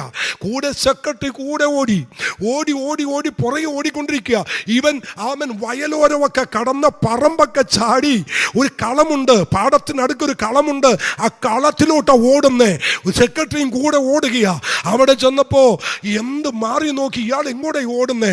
ചെന്ന് ആ കളത്തിനകത്ത് അവിടെ കൃഷിപ്പണി ചെയ്യുന്ന അല്ലെങ്കിൽ പാടത്ത് കിളക്കുന്ന ഒരു സൂക്ഷിപ്പുകാരനുണ്ട്. ഒരു താഴ്ന്ന മനുഷ്യനാ. ആ മനുഷ്യന്റെ കൂടാരത്തിൽ അയാൾ കിടക്കുക. അയാളുടെ കാലെ ചെന്ന് കെട്ടിപ്പിടിച്ചിട്ട് പറഞ്ഞു, ക്ഷമിക്കടാ എന്നോട്. ചർച്ചിലെ സെക്രട്ടറി പുറത്ത് മാറി നിൽക്കുക, ക്ഷമിക്കടാ. മറ്റവൻ പാവം ഉറക്കത്തിന്ന് ചാടി എഴുന്നേറ്റ്, അച്ഛാ എന്നാച്ചാ? ഇല്ലടാ, ഇന്നലെ ഞാൻ നിന്നോട് അത് പറഞ്ഞില്ലേ? നിന്നെ ഞാൻ ഇന്നലെ അത് കാണിച്ചില്ലേ? നിന്റെ ഹൃദയം ക്ഷീണിച്ചില്ലേ? നിന്റെ ഹൃദയം വാടിയില്ലേ? എടാ നീ ക്ഷമിച്ചെന്ന് പറയടാ. ഒരൊറ്റ കരച്ചില്ല. ഈശക്കെട്ടി പുറത്തു മാറി നിൽക്കുക. കെട്ടിപ്പിടിച്ചു, ഉമ്മ കൊടുത്തു. പിറ്റേ ദിവസം KM സാറും പറയുക, ആരാധനാലയത്തിൽ ഏറ്റവും മുമ്പിൽ അവനുണ്ട്. ഏത്? മാടത്തി കിടന്നവനുണ്ട്. നമ്മൾ ക്ഷമിക്കപ്പെടാത്തത് കൊണ്ട് പലതും ഇതിനകത്തോട്ട് വരുന്നില്ല. പണ്ടേ നമ്മുടെ സഹോദരങ്ങൾ രക്ഷിക്കപ്പെടേണ്ടതായിരുന്നു. പണ്ടേ നമ്മുടെ സഹോദരങ്ങൾ ഇതിനകത്ത് ആരാധനക്ക് വരേണ്ടതായിരുന്നു. ഇവിടെ ആരാധനയില്ലാഞ്ഞിട്ടാണോ? ഇവിടെ വചനമില്ലാഞ്ഞിട്ടാണോ? വചനമില്ലേ, ആരാധനയില്ലേ, ഇതിനകത്തേക്ക് എന്താ വരാത്തത്? നീ വാതിൽ അടച്ചു വെച്ചേക്കുക. നീ ഇതൊറ്റൊരാൾ വാതിൽ അടച്ചു വെച്ചേക്കുക. ഇന്ന് രാത്രി ആ വാതിലങ്ങ് തുറക്ക്. ഇന്ന് രാത്രി ആ വാതിലങ്ങ് ഓപ്പണാക്ക്. ഒരു ഹല്ലേലൂയ എന്ന് ഉറക്കെ പറഞ്ഞേ. ഈ രാത്രി വാതിൽ ഉറങ്ങണം പ്ലീസ്. ഞാൻ നിങ്ങളുടെ ആത്മാവിൽ താഴ്മയോടെ പറയുന്നു, ഇന്നലെ വരെ വിളിക്കാത്തവരെ ഇന്ന് രാത്രി നിങ്ങൾ വീട്ടിൽ ചെന്ന് എന്ത് ചെയ്യണം? നിസ്സാര കാര്യമൊന്നുമല്ല. ഈ വിളിക്കാനായിട്ട് ഫോൺ എടുക്കുമ്പോൾ തന്നെ ഉള്ളിൽ പറയും, ഞാൻ കുറയുമോ? എനിക്ക് കഴിവില്ലെന്ന് തോന്നുവോ? തെറ്റ് എൻ്റെ ഭാഗത്താന്ന് തോന്നുവോ? എന്ത് തോന്നിയാലും കുഴപ്പമില്ല, നീ വിളിക്ക്. അവരാരും കണ്ടിട്ടില്ലാത്തത് ദൈവം നിനക്ക് തരും. അവരാരും ശ്രദ്ധിച്ചിട്ടില്ലാത്ത ദൈവം നിനക്ക് തരും. ഒരു ഹല്ലേലൂയ എന്ന് ഉറക്കെ പറയാമോ? ഞാൻ ആ വാക്യം ഇന്ന് രാത്രി നിങ്ങളുടെ നടുവിലേക്ക് എടുത്തു വെക്കുകയാണ്. അന്ന് എന്ന് തമ്പുരാന്റെ സാന്നിധ്യം നടുവിൽ വന്ന അന്ന്, യേശുവിൻ്റെ തിരുകൃപ നടുവിൽ വന്ന അന്ന്, വാസ്തവത്തിൽ യേശുവിൻ്റെ സാന്നിധ്യം വെളിപ്പെട്ട് വന്ന അന്ന് അവർ തമ്മിൽ വൈരമായിരുന്നവർ സ്നേഹിതന്മാരായി. അങ്ങനെയാണെങ്കിൽ നമ്മുടെ നടുവിലും കർത്താവില്ലേ? നമ്മുടെ ഭവനത്തിലും കർത്താവില്ലേ? നാമും സേവിക്കുന്നത് ഈ സത്യദൈവത്തെ തന്നെയല്ലേ? ഇന്ന് രാത്രി വിളിക്കണം. എൻ്റെ മാതാപിതാക്കൾ, അപ്പനും അമ്മയും നിത്യത ചേർക്കപ്പെട്ടു. ഏറ്റവും മൂത്ത ചേട്ടനുണ്ട്. ചേട്ടന് 78 വയസ്സായി. ചേട്ടൻ ഒന്നാമത്തെ, ഞാൻ 10ാമത്തെ. റോയ് പാസ്റ്റർ, ഞാൻ എവിടെ പോയാലും, ഏത് കേരളം വിട്ട് ഞാൻ എവിടെ മീറ്റിങ്ങിന് പോയാലും ഞാൻ ഓടി എൻ്റെ ചേട്ടൻ്റെ അടുത്ത് ചെല്ലും. ചെന്ന് ചേട്ടന് മുമ്പിൽ മുട്ടുമടക്കും. എന്നിട്ട് പറയാ, കൈവച്ചൊന്ന് അനുഗ്രഹിച്ചേ. അപ്പൻ ഉണ്ടായിരുന്നത് വരെ അപ്പൻ്റെ അടുത്ത് കൊണ്ട് ചെയ്യിപ്പിക്കുമായിരുന്നു. അപ്പം മരിച്ചതിന് ശേഷം അമ്മയെ കൊണ്ട് ചെയ്യിപ്പിക്കുമായിരുന്നു. ഇന്ന് ചേട്ടനാ വീട്ടിലുള്ളത്. എൻ്റെ അപ്പൻ്റെ സ്ഥാനത്ത് എന്നെ കൊണ്ടുവന്ന് കൈവച്ച് അനുഗ്രഹിച്ച് പ്രാർത്ഥിക്കാതെ ഞാൻ ഇന്ന് വരെ ഒരു മീറ്റിങ്ങിന് പോയിട്ടില്ല, ഇനി പോകത്തുമില്ല. അറിയാമോ, ഞാൻ ഈ കഴിഞ്ഞ ദിവസം UK ഒരു മീറ്റിംഗ് കഴിഞ്ഞ് തിരിച്ചു വന്ന് എൻ്റെ അന്ന് രാവിലെ എത്തി. വീട്ടിൽ വന്ന് കുളിച്ച് വണ്ടിയും എടുത്ത് ഞാൻ പോയി. അവിടെ ചെന്നപ്പോൾ എൻ്റെ ചേട്ടത്തി ഉണ്ട്. ചേട്ടന് ഭയങ്കര ആസ്മയാ. അപ്പോൾ ചേട്ടത്തി എന്നോട് പറയുക, എൻ്റെ പൊന്നുമോനെ, നീ പോയി അന്ന് തൊട്ട് ഒരു നേരമേ കഴിക്കുന്നുള്ളൂ, ഒട്ടും വയ്യ. ഞാൻ പറയുന്നു, കഴിച്ചിട്ട് പ്രാർത്ഥിക്കേ. ഇല്ല മോനെ, അവൻ വരുന്നത് വരെ ഞാൻ കഴിക്കത്തില്ല. പക്ഷേ ഒരു നേരം കഴിച്ച് ഈ ആസ്മ വലിച്ചുകൊണ്ടിരിക്കുന്ന മനുഷ്യൻ അവൻ പകൽ മുഴുവൻ പ്രാർത്ഥന മുറിയിരുന്ന് കണ്ണുനീരൊഴുക്കി പ്രാർത്ഥിക്കുക. നിങ്ങൾക്ക് കാര്യം മനസ്സിലായോ? ബന്ധങ്ങൾ വലുതാതെയോ മക്കളെ? അത് ഉടച്ച് കളയല്ലേ, അത് തകർത്ത് കളയല്ലേ. അത് വലുതാണെന്നേ. അത് അനുഭവിച്ചവർക്കായി ഞാൻ ദൈവത്തെ വാഴ്ത്തുകയാണ്. എല്ലാ മാനസിക പ്രയാസങ്ങളോ, എല്ലാ മാനസിക ബുദ്ധിമുട്ടുകളോ നാളെ നേരം വെളുക്കുമ്പോൾ വെക്കരുത്. നാളെ വരുന്ന അഭിഷേകത്തിന് ആരാന്ന് എനിക്കറിയില്ല. ആ ദൈവദാസൻ ഈ പുൽപിറ്റിലോട്ട് കയറുമ്പോൾ ഈ ആലയത്തിനകത്ത് അസാധാരണമായ ദൈവ സാന്നിധ്യം ചലിക്കണോ, അസാധാരണമായ ദൈവമഹത്വം ചലിക്കണോ. അത് സംഭവിക്കണമെങ്കിൽ ഒരു കാര്യം സംഭവിച്ചേ പറ്റൂ. ഈ രാത്രി ഇതിന്റെ നടുവിൽ രമ്യപ്പെടണം. എന്ത് ചെയ്യണം? അടുത്തിരിക്കുന്ന ആളുടെ മുഖത്ത് നോക്കി കൈ കൊടുത്തെന്ന് പറഞ്ഞേ. യേശുവിൻ്റെ ക്രൂശിൻ്റെ ഒന്നാമത്തെ സാധ്യത വൈരമായിരുന്നതെല്ലാം രമ്യപ്പെടണം, സ്നേഹമാകണം. ഹല്ലേലൂയ. ഞാൻ എന്ത് ബേസിലാണ് ഇത് പറഞ്ഞത് എന്ന് ചോദിച്ചാൽ നിങ്ങൾക്ക് ഒരു വാക്യം മാത്രം തരാം. റോമാലേഖനം ഒന്ന് എടുക്കാമോ? ഒന്ന് ഇട്ടാലും മതി, വേഗത്തിലിട്ടോ. റോമാലേഖനം 5-ാം അധ്യായം അതിന് 10-ാമത്തെ വാക്യം. ശത്രുക്കൾ ആയിരിക്കുമ്പോൾ തന്നെ നമുക്ക് അവൻ്റെ പുത്രൻ്റെ മരണത്തെ ദൈവത്തോട് നിരപ്പ് വന്നു. യേശു നമ്മെ സ്നേഹിച്ചത് നമ്മിൽ നന്മ കണ്ടിട്ടൊന്നുമല്ല, നമ്മൾ ശത്രുക്കളായിരിക്കുമ്പോഴാണ് നമ്മെ സ്നേഹിച്ചത്. ഒരാമയും പറയാൻ പറ്റുമോ ദൈവമക്കളെ? ഒരു കണ്ണിനും നമ്മോട് ദൈവം തോന്നാതിരുന്നപ്പോൾ, ഒരു നന്മ പോലും നമ്മിൽ കാണാതിരുന്നിട്ട് നമ്മെ ഇത്രമാത്രം സ്നേഹിച്ച ഈ അരുമനാഥം നമ്മുടെ കൂടെ ഉള്ളപ്പോൾ എന്തുകൊണ്ട് നമുക്ക് ക്ഷമിച്ചുകൂടാ? ഒരു ഹല്ലേലൂയ എന്ന് പറഞ്ഞേ. രണ്ടാമത്തെ ക്രൂസിന്റെ സാധ്യത കുറിച്ചു വെക്കും മക്കളെ. ആമേൻ. മർക്കോസിന്റെ സുവിശേഷം 15-ാമത്തെ അധ്യായം അതിന്റെ 6-ാമത്തെ വാക്യം വായിക്കുക. അവൻ ഉത്സവം തോറും അവർ ചോദിക്കുന്ന ഒരു തടവുകാരനെ അവർക്ക് വിട്ടുകൊടുക്ക പതിവായിരുന്നു. എന്നാൽ ഒരു കലഹത്തിൽ കൊല ചെയ്തവരായ കലഹക്കാരോടുകൂടെ ബന്ധിച്ചിരുന്ന ബറാബാസ് എന്ന് പേരുള്ള ഒരുത്തൻ ഉണ്ടായിരുന്നു. ആ ചരിത്രം മാത്രം ഒന്ന് തൊടാം ദൈവമക്കളെ. അന്ന് നക്സൽ വാരി എന്ന് പറയുന്ന, നമുക്കറിയത്തില്ലേ, യൂദായുടെ ഗ്യാങ്ങിൽപ്പെട്ട ഒരു പറ്റം ആളുകൾ ഉണ്ടായിരുന്നു. റോമാക്കാരുടെ കയ്യിൽ നിന്നും ഇസ്രായേലിനെ വിടുവിക്കാൻ വേണ്ടി വാളും കുന്തവും അധികാരവും പിടിച്ചു മേടിക്കാൻ നടന്ന ഒരു പറ്റം നക്സൽ വാരികൾ ഉണ്ടായിരുന്നു. അവരുടെയൊക്കെ ലീഡറായിരുന്നു ബറാബാസ് എന്ന് പറയുന്നത്. എന്ന് വെച്ചാൽ ചോര ഒഴുക്കി ഞങ്ങളുടെ രാജ്യം തിരിച്ചു പിടിക്കാൻ വേണ്ടി അരമുറുക്കി ഇറങ്ങിയവനാ ബറാബാസ്. ഒരുപക്ഷെ അതിന്റെ കൂടെയുള്ള ഒരു മനുഷ്യനാണ് യൂദാ എന്ന് പറയുന്നത്. അവൻ പിൻകാലത്ത് യേശുവിനെ അനുഗമിച്ചു. എന്നാൽ വലിയ കലഹത്തിൽ കൊല ചെയ്തവനായ ബറാബാസിനെ അകത്ത് പൂട്ടിയിട്ടിട്ടുണ്ട്. യേശുവിനെ ക്രൂശിക്കണമെന്നുള്ളത് യഹൂദന്മാരുടെയും റോമാക്കാരുടെയും തീരുമാനമായതുകൊണ്ട് റോമൻ ഗവർണറായ പീലാത്തോസ് പഠിച്ച മണി 18 നോക്കി യേശുവിനെ വിടാൻ ഗവർണറിന്റെ ഭാര്യ പീലാത്തോസ് പറയുന്നു, അവൻ നീതിമാനാണ്, നീതിമാന്റെ കാര്യത്തിൽ നീ എന്ത് ചെയ്യരുത്, ഇടപെടരുത്. ഇതുകൊണ്ട് മാത്രം പീലാത്തോസ് ഒന്നല്ല പല തവണ വിടാൻ നോക്കി. ഒന്ന് കുറയെ 39 പ്രാവശ്യം അടിച്ചിട്ട് വിട്ടേക്കാൻ പറഞ്ഞു. പക്ഷെ ഞാൻ കഴിഞ്ഞ ദിവസം വേറൊരു യാത്ര പോയപ്പോൾ ആ മീറ്റിങ്ങിന് കൊണ്ടുപോയ ചെറുപ്പക്കാർ എന്നോട് പറഞ്ഞു, പക്ഷേ ഞങ്ങളൊരു സാധനം കാണിച്ചു തരാം. എനിക്ക് കാണണം. എന്താ കാണണ്ടേ? പറയത്തിൽ അവിടെ ചെല്ലുമ്പോൾ കാണിച്ചു തരാം. അങ്ങനെ എന്നെ വണ്ടിക്കകത്ത് കയറ്റി അവർ കൊണ്ടുപോയി. മരുഭൂമി തുല്യമായ ഒരു സ്ഥലത്ത് ചെന്നപ്പോൾ അവൻ ഇങ്ങനെ കുറെ മുള്ളുകൾ പടർന്നു കിടക്കുന്നു. അവർ 2 കമ്പെടുത്തിട്ട് ആ മുള്ളിന്റെ കമ്പ് ഈ വടിയെ കുത്തിപ്പോക്കി. ഞാൻ ചോദിച്ചു, എന്തിനാ ഇതെന്നെ കാണിക്കുന്നത്? മുള്ളിന്റെ നീളം ഒന്ന് അളന്ന് നോക്കിക്കേ. എൻ്റെ കൈ വെച്ച് നോക്കിയപ്പോൾ ഇതിന് 3/4 ഭാഗമുണ്ട്, 6 ഇഞ്ച് 8 ഇഞ്ച് താഴെ നീളമുണ്ട് ഈ മുള്ള്. ആ കുഞ്ഞുങ്ങൾ എന്നോട് പറഞ്ഞു, പാസ്റ്റർ ഞെട്ടിയൊന്നും വേണ്ട, ഈ മുള്ളാണ് യേശുപ്പച്ചന്റെ തലയിൽ അടിച്ചു കയറ്റിയത്. അത്രയും ഷാർപ്പാണ് ഭാഷ. ഞാൻ കയ്യിലെടുത്തത് കൊണ്ടായി പറയുന്നേ. ആ മുള്ള് കഷ്ടകാലത്തിൽ നമ്മൾ എടുത്ത് നമ്മുടെ ശരീരത്ത് കൊണ്ടാലുണ്ടല്ലോ, അതിൻ്റെ വേദനയുടെ കട്ടുകഴുപ്പെന്ന് പറയുന്നത് 2 ദിവസം എടുത്താലും പോകത്തില്ല. അതുകൊണ്ട് അത് മാറ്റുന്നത് ചവണ പോലുള്ള സാധനം പിടിച്ചാണ് ആ മുള്ള് മാറ്റുന്നത്. ഈ മുള്ള് ചവണ പോലെ 2 കൂട്ടമായി പിരിച്ചെടുത്ത് യേശുവിൻ്റെ തലയിൽ അവർ ചുരുട്ടി വെച്ചു. എന്നിട്ട് ആ മുള്ള് ഷെയ്ക്കാകുന്നത് കൊണ്ട് ഈ മുള്ള അനങ്ങാതിരിക്കാൻ അവർ ചെയ്ത എന്നാന്നറിയാമോ? ഒരു കോല് കൊണ്ടുവന്നിട്ട് യേശുപ്പച്ചന്റെ തലയിൽ വെച്ച മുൾക്കിരീടം അടിച്ചു താഴ്ത്തി. യേശുവിന്റെ സമകാലികനായ ജോസിഫസ് എന്ന ചരിത്രകാരൻ പറയുന്നു, ആ മുള്ള് അടിച്ചു തലക്കകത്ത് കയറ്റിയപ്പോൾ ആ മുള്ളിന്റെ ഒരംശം കൺപോളക്കകത്തുനിന്ന് കണ്ണിലൂടെ പുറത്തു വന്നത് നിമിത്തം ഒരു കണ്ണ് പുറത്തോട്ട് തൂങ്ങിക്കിടന്നിരുന്നു. സഹോദരങ്ങളെ, അവൻ ഇങ്ങനെ തൂക്കിയിട്ട് അടുപ്പിച്ചിട്ട് വിടാൻ പീലാത്തോസിനെ കൽത്തളത്തിൽ കൊണ്ടുവന്ന് നിർത്തിയപ്പോ പീലാത്തോസ് പറയേണ്ടി വന്നു, ആ മനുഷ്യൻ ഇതാ. മനസ്സിലായില്ലല്ലേ? അടിക്കുന്നതിന് മുമ്പ് പീലാത്തോസിന്റെ കത്തളത്തിലോട്ട് കയറ്റിവിട്ട യേശുവിനെ തിരിച്ചടിച്ചു കൊണ്ടുവന്നപ്പോ കാണികൾക്ക് മനസ്സിലായില്ല ആ രൂപത്തിലാണ് യേശുവിനെ അവർ തിരിച്ചു കൊണ്ടുവന്നത്. എന്നിട്ട് ആളുകൾ ആശ്ചര്യത്തോടെ നോക്കി നിൽക്കുമ്പോൾ ഇവൻ ആരാ, ഈ നിൽക്കുന്നവൻ ആരാ എന്ന് ചോദിച്ച് തമ്മി പറഞ്ഞപ്പോൾ പീലാത്തോസ് പറഞ്ഞ്, അകത്തോട്ട് കൊണ്ടുപോയില്ലേ, അടിക്കാൻ വിട്ടില്ലേ, ആ മനുഷ്യനാണ് ഈ മനുഷ്യൻ. സ്വത്രം ഇങ്ങനെ അടിച്ച് മുറിവേൽപ്പിച്ച് ക്രൂശിക്കാൻ തീരുമാനിച്ച് പീലാത്തോസിനെ കത്തളത്തിൽ കൊണ്ടൊന്ന് വിട്ടുവിടാൻ കാര്യങ്ങൾ മെനയുമ്പോൾ ഒരുമിച്ച് ജനം പറഞ്ഞു, യേശുവിനെ ക്രൂശിക്കുക, പകരം ബറബാസിനെ വിട്ടുതരിക.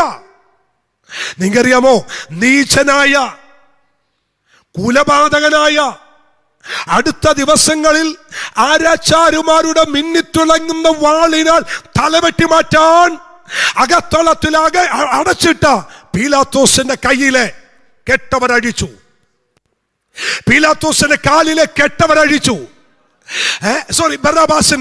ബറാബാസിന്റെ കാലിലെയും കയ്യിലെയും കെട്ടവരഴിച്ചു. അവിടെ നിന്ന് അവർ വെളിയിൽ കൊണ്ടുവന്നു. നിങ്ങൾ നോക്ക്, അവൻ പീലാത്തോസിന്റെ കൽത്തളം എന്ന് പറയുന്നത് അവൻ സാധാരണ നിലയിൽ നിന്നും 24 അടി ഉയരമാണ്. 24 അടി ഉയരത്തിൽ കൊണ്ടുവന്ന് ബറാബാസിനെ നിർത്തി ബറാബാസിന്റെ കയ്യിലെ ചങ്ങല അഴിച്ചു. തൊട്ടടുത്ത് നസ്രത്തുകാരനായ യേശുവിനെ കൊണ്ടുവന്ന് അതിനേക്കാൾ കട്ടിയുള്ള ചങ്ങല കൊണ്ട് യേശുവിന്റെ കയ്യിനെ ബന്ധിച്ചു. ബറാബാസ് ആമേൻ യേശുവിന്റെ കയ്യിലേക്ക് നോക്കിയ, യേശുവിന്റെ കാലിലേക്ക് നോക്കിയ, യേശുവിന്റെ തലയിലേക്ക് നോക്കിയാണ്. അടുത്തു നിന്നൊരു പടയാളി വിളിച്ചു പറഞ്ഞു കാണും, ബറാബാസേ, നിന്റെ കയ്യിലെ ചങ്ങല പൊട്ടിയത് അവന്റെ കൈ ബന്ധിക്കപ്പെട്ടത് കൊണ്ടാണ്. നിന്റെ കാലിന്റെ ചങ്ങല അഴിഞ്ഞത് അവന്റെ കാലിൽ ചങ്ങല വീണത് കൊണ്ടാണ്. ബറാബാസ്, നിന്റെ ബന്ധനം അഴിഞ്ഞത് അവൻ ബന്ധിക്കപ്പെട്ടത് കൊണ്ടാണ്. ഇന്ന് രാത്രി വേളയിൽ ക്രൂസിന്റെ രണ്ടാമത്തെ സാധ്യത, ആ യേശുവിന്റെ ക്രൂസിന്റെ ശക്തിയാൽ അഴിക്കാൻ കഴിയാത്ത ഒരു ബന്ധനവുമില്ല. അവന്റെ ശക്തിയാൽ അഴിക്കാൻ കഴിയാത്ത ഒരാഭിചാരവുമില്ല. കരമടിച്ച് ഇന്ന് രാത്രി ദൈവത്തെ ആരാധിക്കുക. യേശുവിന്റെ ക്രൂസിന് അഴിക്കാൻ കഴിയാത്ത ഒരു മന്ത്രവാദവുമില്ല, ഒരാഭിചാരവുമില്ല, ഒരു ശുദ്രവുമില്ല. ദൈവമക്കളെ, ഇന്ന് പകൽ വേളയില് ഞാൻ പറയാം, ഒരു സുവിശേഷകൻ എന്ന നിലയിൽ ആത്മാവിൽ ഞാൻ ക്ലെയിം ചെയ്ത് പറയുന്നു, യേശു തമ്പുരാന്റെ ക്രൂസിന് അഴിക്കാൻ കഴിയാത്ത ഒരു മന്ത്രവാദവുമില്ല, ഒരാഭിചാരവുമില്ല, ഒരു ശുദ്ര പ്രവൃത്തിയുമില്ല. ഇന്ന് രാത്രി വിശ്വസിക്കുന്നെങ്കിൽ യേശുവിന്റെ ക്രൂസിന്റെ സാധ്യത നിന്റെ കൂടാരത്തിനകത്ത് വ്യാപരിക്കുന്ന സകല കെട്ടുകളെയും ഇന്ന് രാത്രി ദൈവം അഴിക്കും. കർത്താവിന് നല്ലൊരു ആമേൻ പറ. ഹല്ലേലൂയ. ഞാൻ ആമേൻ സ്തോത്രം 31 വർഷമായി അത് അനുഭവിച്ചുകൊണ്ടിരിക്കുന്നു. ദൈവമക്കളെ, യേശുവിന്റെ ക്രൂസിന്റെ രണ്ടാമത്തെ പ്രത്യേകത, ഞാൻ ഒരു കാര്യം പറഞ്ഞോട്ടെ, വചന പഠനത്തിന് വേണ്ടി പറയുക. ഞാൻ ശുശ്രൂഷ ചെയ്ത് തുടങ്ങുമ്പോൾ എൻ്റെ ശുശ്രൂഷയുടെ അജണ്ട ഞാൻ പുറത്തുവിടും, അല്ലേ? ഈ വർഷം അവൻ നിയമസഭക്കകത്ത് കയറി സത്യപ്രതിജ്ഞ ചെയ്തതിനു ശേഷം അവരുടെ പ്രവർത്തന മേഖലകൾ പുറത്തുവിടും.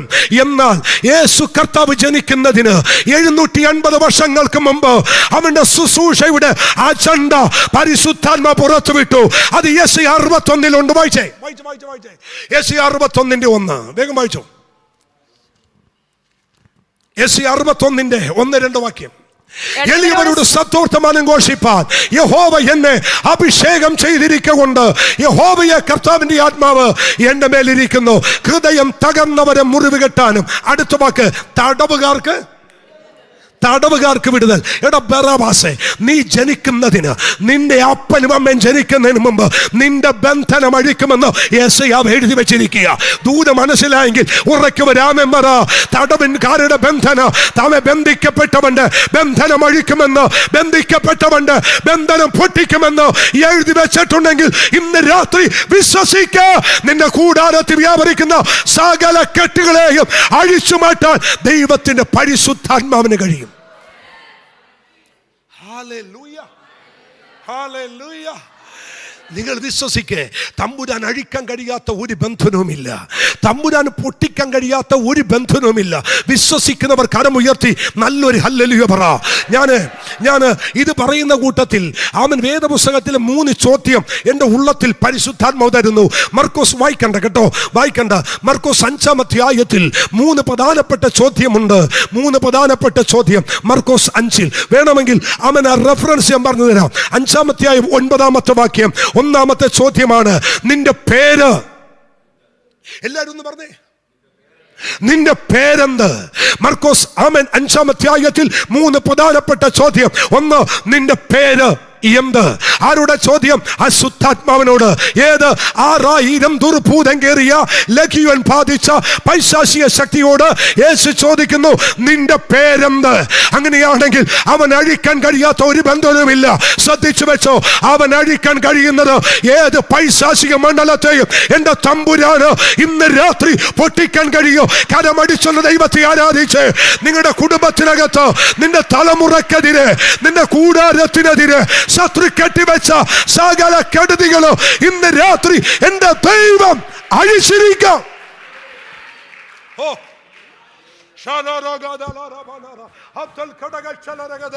ഞാൻ വിശ്വസിക്കുന്നു, ആമൻ, എല്ലാ പൈശാചിക മണ്ഡലങ്ങളിൽ നിന്നും ദൈവം ഇന്ന് രാത്രി നിന്നെ അഴിക്കും. ആമേൻ. ഞാൻ ഇത് പറയുക മാത്രമല്ല, വിശ്വസിക്കുകയും ചെയ്യുന്നു. കഴിഞ്ഞ ആഴ്ച ഖത്തറിൽ വെച്ച് ഒരു കൺവെൻഷൻ നടക്കുക. ആമേൻ. ആ മീറ്റിംഗ് കഴിഞ്ഞിട്ട് പക്ഷേ എനിക്ക് അടുത്ത മീറ്റിങ്ങിന് പോകണം.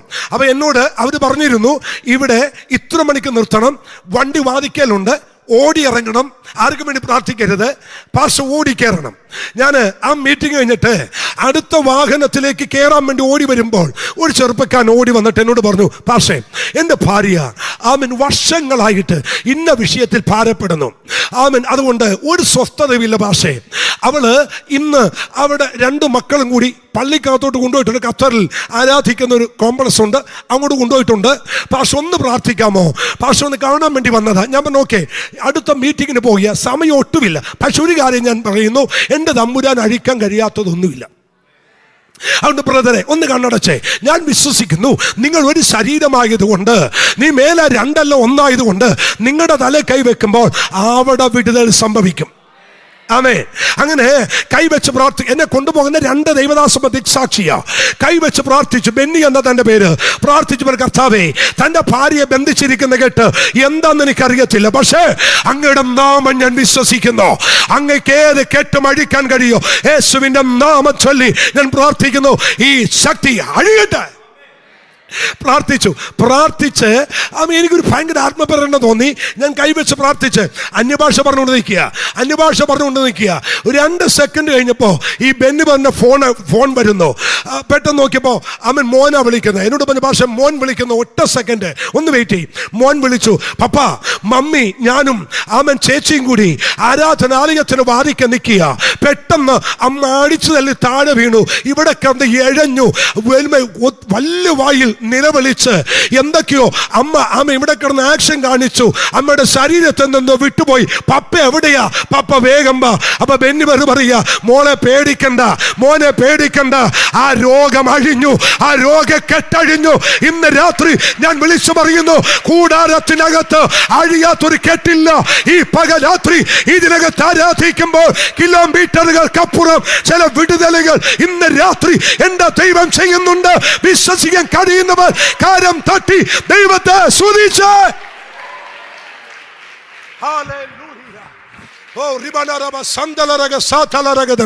പരിശുദ്ധാത്മാവിൽ ഇവിടെ ഇരിക്കുന്ന അഭിഷിക്തന്മാരോട് പറയട്ടെ, ഞാൻ ഇങ്ങനെ പറയാ, ഇനി ഒരു നോർമലായ ഒരു ശുശ്രൂഷ കൊണ്ട് കാര്യം നടക്കത്തില്ല.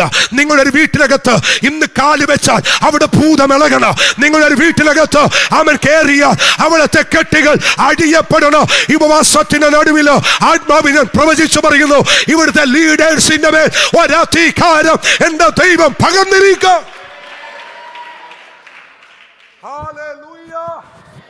കർത്താവിന്റെ ദാസൻ പാസ്റ്റർ ഷാജനെ കുറിച്ച് പറഞ്ഞു. അതൊക്കെ ഒത്തിരി കാര്യം പറയാനുണ്ട് ദൈവമക്കളെ. ഞാൻ ഫോട്ടോ വെച്ചൊരു വീട്ടിനകത്ത് ആരാധിച്ചുകൊണ്ടിരുന്നപ്പോൾ ഷാജന്റെ പിതാവ് ആസ്മ സൗഖ്യമായി മുന്നോട്ട് വന്നു. ഫുൾ ആസ്മ രോഗിയായിരുന്നു, സൗഖ്യമായി. അപ്പച്ചനെ സ്നാനപ്പെടുത്തിയതിൽ 12 ചെറുപ്പക്കാരും കൂടി ജിമ്മിൽ പോയി. ആമൻ. ബോഡി ബിൽഡേഴ്സായ 12 ചെറുപ്പക്കാരുകൂടി ഞായറാഴ്ച എന്നെ തല്ലം കയറി. ഞാൻ ചർച്ചിൽ വർഷിപ്പ് ചെയ്യുക. ഒരു ട്രാമറിനുണ്ട്, ട്രാമറിനടിച്ച് വർഷിപ്പ് ചെയ്യുമ്പോൾ ഇവന്മാർ 12 പേരും കൂടി കയറി ടൈറ്റ് ജീൻസൊക്കെ ഇട്ട് തലയോട്ടിയുടെ ബനിയനൊക്കെ ഇട്ട് ഇവന്മാരെല്ലാം വന്ന് നടുക്കോട്ടങ്ങ് കയറിയിരുന്നു. എന്നിട്ട് ആരാധിക്കുന്നവരെ നോക്കി കളിയാക്കാൻ തുടങ്ങി. കുറച്ച് എഴുന്നേറ്റ് സങ്കീർത്തനം വായിച്ചപ്പോൾ ഇവർ എഴുന്നേറ്റ് ഡിസ്കോ ഡാൻസ് കളിക്കാൻ തുടങ്ങി. 12 ചെറുപ്പക്കാർ. അതിൻ്റെ ലീഡറാ ഷാജൻ. ഞാൻ തമ്പുരാനെ, ഇവൻ കേറിയത് ആരാധനാലയത്തിനകത്താ. ജീവനുള്ള ദൈവത്തെയാണ് ഞാൻ സേവിക്കുന്നത്. തമ്പുരാൻ തൊട്ടേ പറ്റൂ. പരിശുദ്ധാത്മാവിന്റെ പ്രേരണയാൽ ഞാൻ ഓടിച്ചെന്ന് ഇവന്റെ തലയിലോട്ട് കൈവച്ച് റോയ് പാഷേ ഇവൻ ആടിച്ച് താഴെ വീണതും ഇവനങ്ങ് മുഴങ്കാലയിരുന്നു. അവിടെ ഇരുന്നൊരു കയ്യടി അങ്ങ് തുടങ്ങി. കയ്യടി എന്ന് പറയുന്നത് നിർത്താൻ പറ്റാത്ത കയ്യടി. ആടി അവൻ 11 പേർ നോക്കിയപ്പോ ഇവിടെ കലക്കം വന്നവൻ നടുക്കിരുന്ന് അന്യഭാഷ പറയുന്ന പോലെ ആരാധിക്കുന്നു, കൈയടിച്ച് ആരാധിക്കുക. കൂടെ ഉണ്ടാവും ചോദിച്ചു, എടാ ഷാജ നിർത്ത് നിർത്ത്. അവൻ ഇവിടെ നിർത്താൻ ഒക്കുന്നില്ല. അവസാനം വന്ന 11 ഇറങ്ങി ഓടി. അവൻ കൈയോട് നിർത്താത്തോണ്ട് എന്നോട് പറഞ്ഞു, പാസ്റ്റേ ഇതൊന്നും നിർത്തിത്താ. ഞാൻ നിർത്തത്തില്ലടാ, നീ കയറി വന്നത് എവിടെയാണെന്നറിയത്തില്ലേ, ഇത് ദൈവത്തിന്റെ ആലയമാ. കൈവച്ച പാഷേ ഇവനാടിച്ചു താഴെ വീണു, കമന്ന് കിടന്ന് കരയാൻ തുടങ്ങി. എൻ്റെ ദൈവമേ, എനിക്കറിയത്തില്ലായിരുന്നു, അങ്ങാണെന്ന് അറിയത്തില്ലായിരുന്നു. അന്ന് അവൻ രക്ഷാവാചകം ചൊല്ലി യേശുവിനെ രക്ഷകനും കർത്താവായി സ്വീകരിച്ചു. ഇന്ന് ആയിരങ്ങൾ ആരാധിക്കുന്ന ചർച്ചിന്റെ പാഷാക്ക് ദൈവം അവനെ മാറ്റി.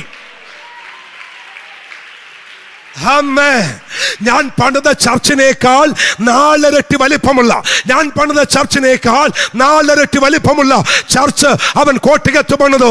ഇന്ന് 2 സർവീസ് ഉണ്ട്, 2 സർവീസിലോ നിറച്ചാളാണ്. അടുത്തൊരു കാര്യം എന്താ പക്ഷേ, ഞാൻ ഒരിക്കല് ഇങ്ങനെ ചർച്ചിനകത്ത് എൻ്റെ മെയിൻ ശുശ്രൂഷ ഈ ഭൂതങ്ങളുടെ മേൽ അധികാരമാണ്. ഞാൻ എവിടെ നിന്നാണേലും ചർച്ചിൽ കൊണ്ടുവരും. ഞാൻ ഇങ്ങനെ ഇരുന്ന് ഭൂതത്തെ പുറത്താക്കുമ്പോൾ ഒരിക്കൽ ആരും എൻ്റെ തോളത്തിങ്ങനെ തോണ്ടുന്നു.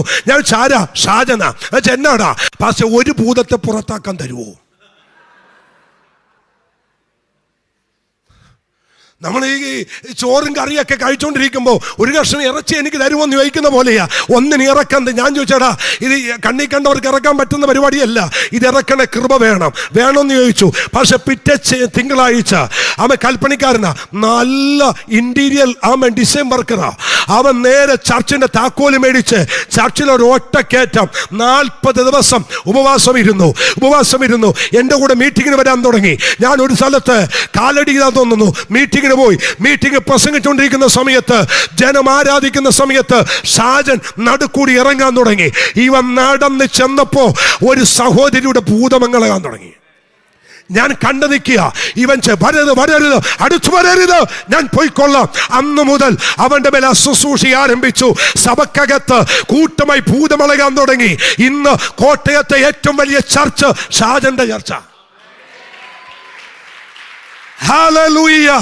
ഞങ്ങൾ ഒരു കാര്യം ഓർക്കണം, ഞങ്ങളൊക്കെ ഇന്ന് രാത്രി ഇവിടെ നിൽക്കുമ്പോൾ എന്തെങ്കിലും കേട്ടതോ എന്തെങ്കിലും വായിച്ചതോ പ്രസംഗിക്കാൻ വന്നതല്ല, അനുഭവത്തിന്റെ വെളിച്ചത്തില ഇന്ന് രാത്രി ദൂത് പറയുന്നത്.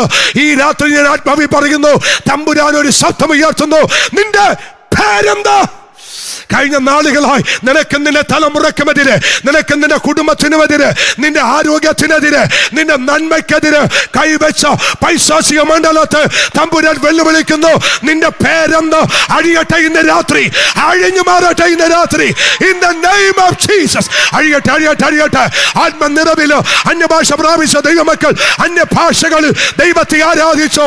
എനിക്കറിയാം ഏതൊക്കെയോ കുടുംബങ്ങളിൽ, ഏതൊക്കെയോ കൂടാരങ്ങളിൽ മാറി അനർത്ഥമിടുന്ന, മാറി രോഗമിടുന്ന, മാറി സാമ്പത്തിക ഞെരുക്കമിടുന്ന ചില കെട്ടുകൾ ഇന്ന് രാത്രി എന്റെ ദൈവം അഴിക്കട്ടെ.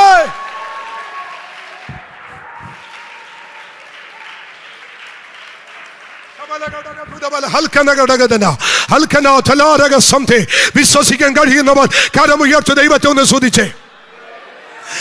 ഞാനൊരു വെളിപ്പാട് കണ്ടതുകൊണ്ട് ഞാൻ ആ വെളിപ്പാട് ആസ്പദമാക്കി ഒരു ദൂത് പറയുന്നു. ആമൻ കൊണ്ടുപോയി വെക്കുന്ന പേപ്പർ ഊതിക്കളയുന്നത് പോലെ സാമ്പത്തിക വിഷയത്തിന്മേൽ ആരോ തകർന്ന് ഇന്ന് രാത്രി ഇതിനകത്തുണ്ട്. എത്ര ചെയ്തിട്ട് എന്തൊക്കെ ചെയ്യാൻ നോക്കിയിട്ട് ആ സാമ്പത്തിക വിഷയത്തിന്മേൽ ഒരു ഡെവലപ്മെന്റ് ഇല്ലാതെ നിന്നെ വലിച്ചോണ്ട് പോകുന്ന ചില ആഭിചാര ബന്ധനങ്ങൾ ഇന്ന് രാത്രി എന്റെ ദൈവം എന്നേക്കുമായി അഴിക്കാം. അഴിയട്ടെ. യേശുവിന്റെ അധികാരമുള്ള നാമത്തിൽ, യേശുക്രിസ്തുവിന്റെ അധികാരമുള്ള നാമത്തിൽ ചില കൂടാരങ്ങളകത്ത് ചില വിഷയത്തിന്മേൽ അവർ കെട്ടുന്ന പൊട്ടാൻ പോകുക.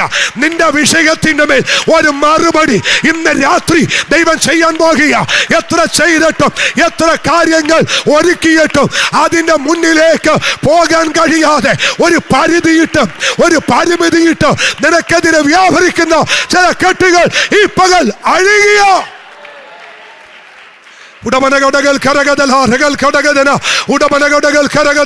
പരിശുദ്ധാത്മാവനോട് പറയുന്നു, സഭയ്ക്കെതിരെ, സഭയുടെ ഭൗതിക നന്മയ്ക്കെതിരെ ശത്രു കെട്ടിവെച്ചത് ഇന്ന് രാത്രി പൊട്ടാൻ പോകുക.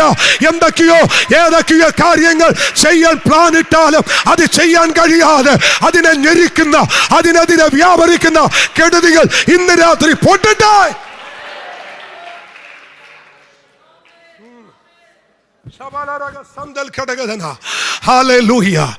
നിങ്ങൾ പോലും അറിയാതെ നിങ്ങളുടെ നന്മയ്ക്കെതിരെ കരം വെച്ച ആ ശത്രുവിനെ നോക്കി തമ്പുരാൻ പറയുന്നു, നിന്റെ മക്കളെ, നിന്റെ പേരെന്ത്? നിന്റെ പേരെന്ത്? ഹല്ലേലൂയ. കരം അടിച്ച ദൈവത്തിന് നന്ദി പറഞ്ഞേ. ശബര ഘടക ദുരമന ഹൽക്കന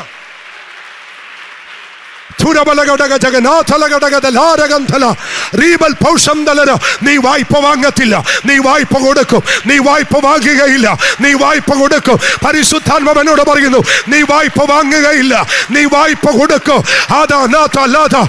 ദൈവത്തിന്റെ ആത്മ പറയുന്നു, നീ വായ്പ വാങ്ങത്തില്ല, നീ വായ്പ കൊടുക്കും. ഇന്നലെ വരെ ഏതൊക്കെയോ മേഖലകൾ അവൻ വലിയ നഷ്ടത്തിലേക്ക് കൊണ്ടുചെന്ന് നിന്റെ കരങ്ങളെ, നിന്റെ കാലുകളെ ശൂന്യമാക്കാൻ കെട്ടിവെച്ച ചില ആഭിചാരങ്ങൾ ഇന്ന് പകൽ അഴിയുക. അഴിയട്ടെ. പ്രാർത്ഥിച്ചോ. ചില കുടുംബങ്ങളിൽ നിന്ന് ആ കെട്ട് പൊട്ടാൻ പോകുക. അവൻ ചില നന്മകൾ കെട്ടിവെച്ചത്, ചില അനുഗ്രഹങ്ങൾ തടഞ്ഞു വെച്ചത് ഇന്ന് രാത്രി യേശുവിന്റെ നാമത്തിൽ ദൈവം പൊട്ടിക്കുന്നു.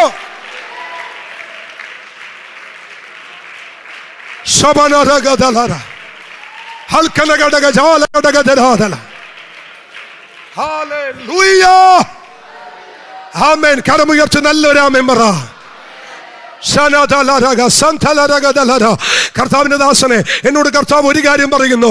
ആമേൻ. ശക്തമായി ബിസിനസ്സുകാരെ ഇതിനകത്ത് കൊണ്ടുവരാൻ ദൈവത്തിന് പദ്ധതിയുണ്ട്. പക്ഷെ ഇന്ന് രാത്രി ഏതൊക്കെയോ മേഖലകളിൽ, ആമേൻ, ഏതൊക്കെയോ ബിസിനസ് ചെയ്യുന്ന ഏതൊക്കെയോ മേഖലകളിൽ തടുത്തു വെച്ചത്, പരിധി വെച്ചത്, പരിമിതി വെച്ചത് ഇന്ന് രാത്രി എന്റെ തമ്പുരാൻ പൊട്ടിക്കുക.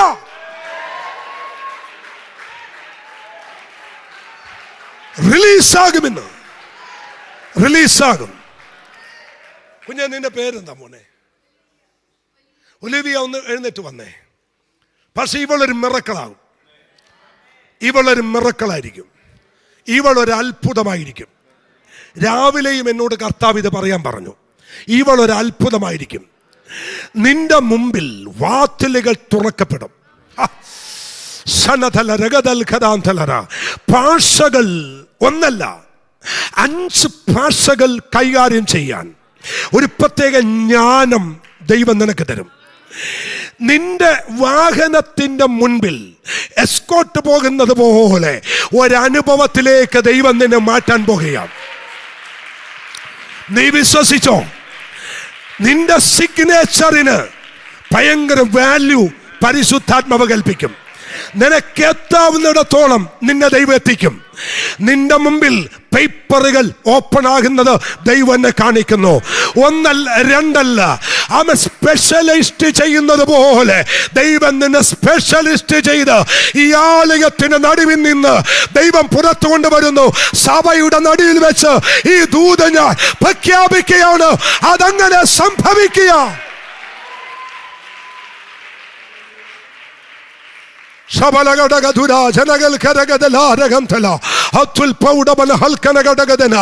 ഇവള് ലീഡർഷിപ്പിൽ വരും. പക്ഷേ അവളെ ലീഡർഷിപ്പിൽ വരും. നീ മിടിക്കുക. നിന്റെ മേൽ ഒരു ലീഡർഷിപ്പിന്റെ അനോയിന്റിങ് ദൈവം ഇട്ടിരിക്കുന്നത് എന്ന് ദൈവം കാണിക്കുകയാണ്. കർത്താവിന് നല്ലൊരു ഹല്ലേലൂയ പറ. നീ പഠിക്കുന്ന കോളേജ്, നീ പഠിക്കുന്ന സ്കൂളുകളിൽ ഏറ്റവും മുൻപിലായിരിക്കും. 1 പത്രോസ് എന്നെഴുതി എന്ന ദൈവം കാണിക്കുന്നു. 1 പത്രോസ്, 1 നിന്റെ പേര് വരും. എല്ലായിടത്തും 1 നിന്റെ പേര് വരും. കരമടിച്ച ദൈവത്തിന് നന്ദി പറ.